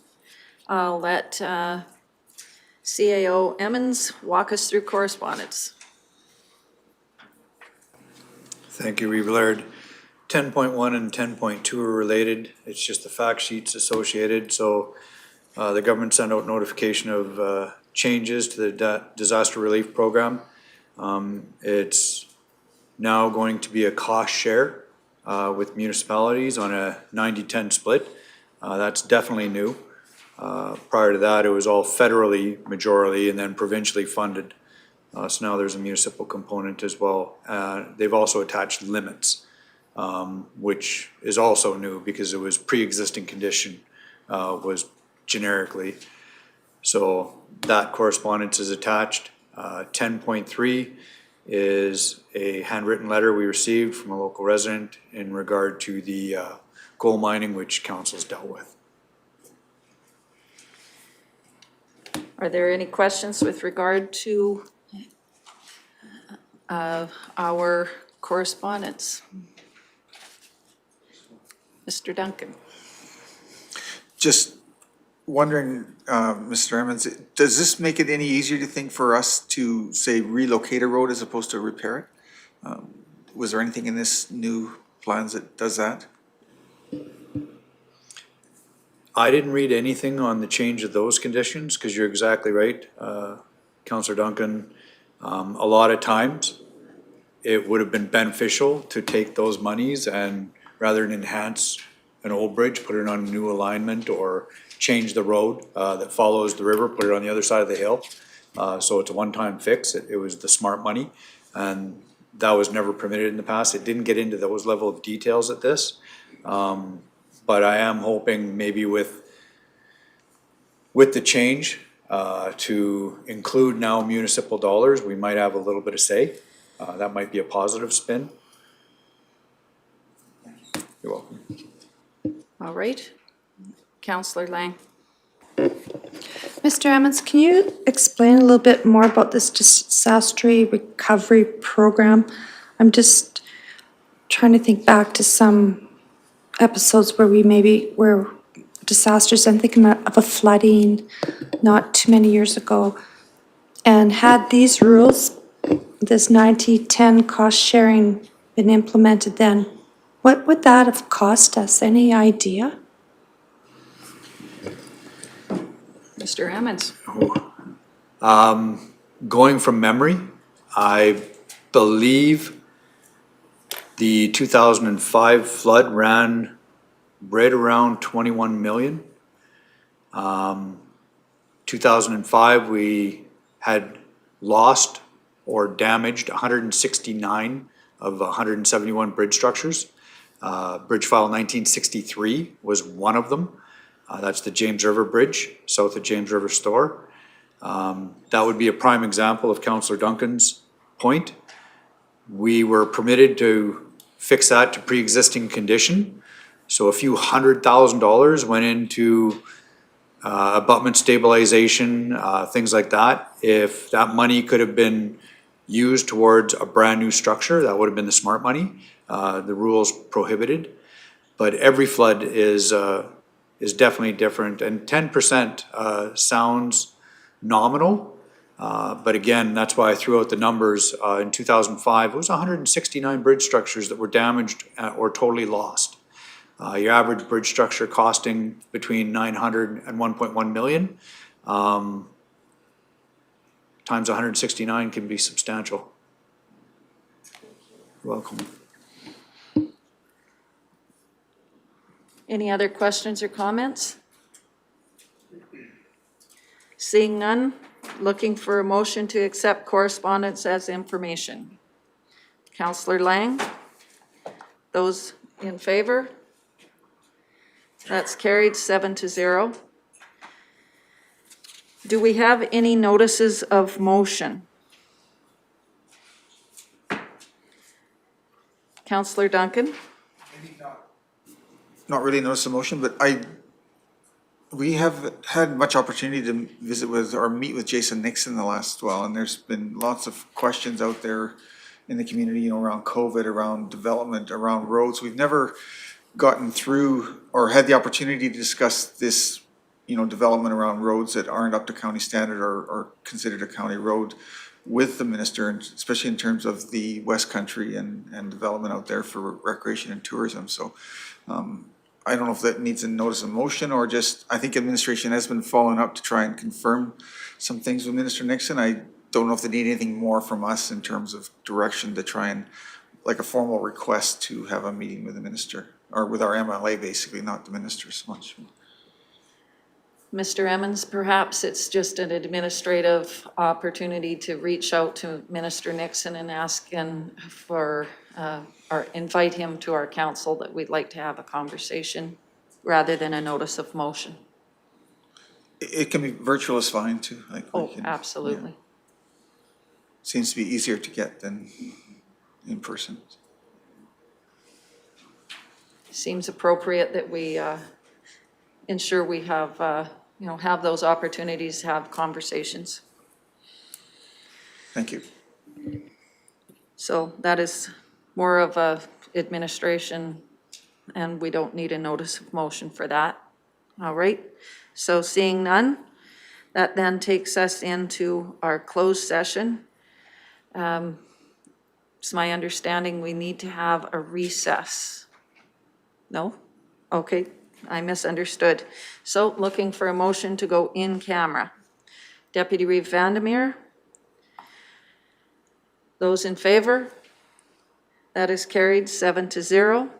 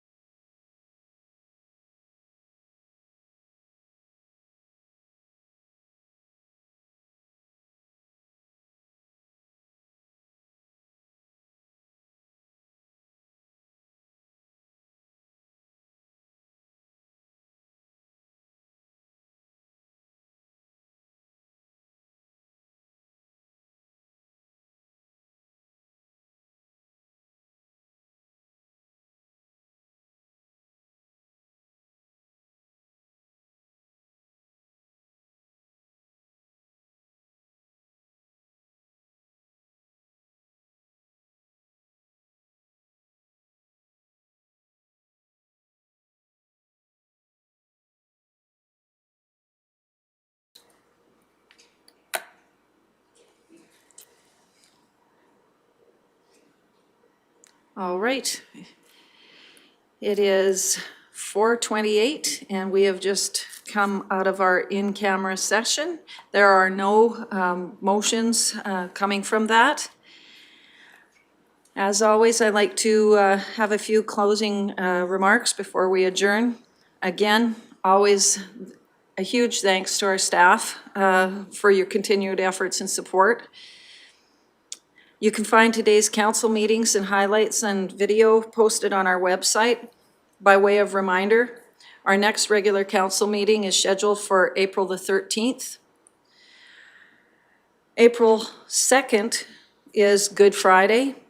April 4th is Easter Sunday, and April 5th is Easter Monday. Our county office will be closed on April the 2nd for Good Friday and April the 5th for Easter Monday.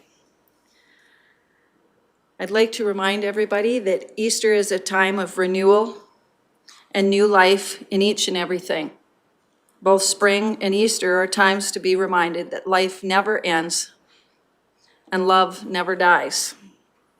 We recognize that COVID-19 continues to challenge our community.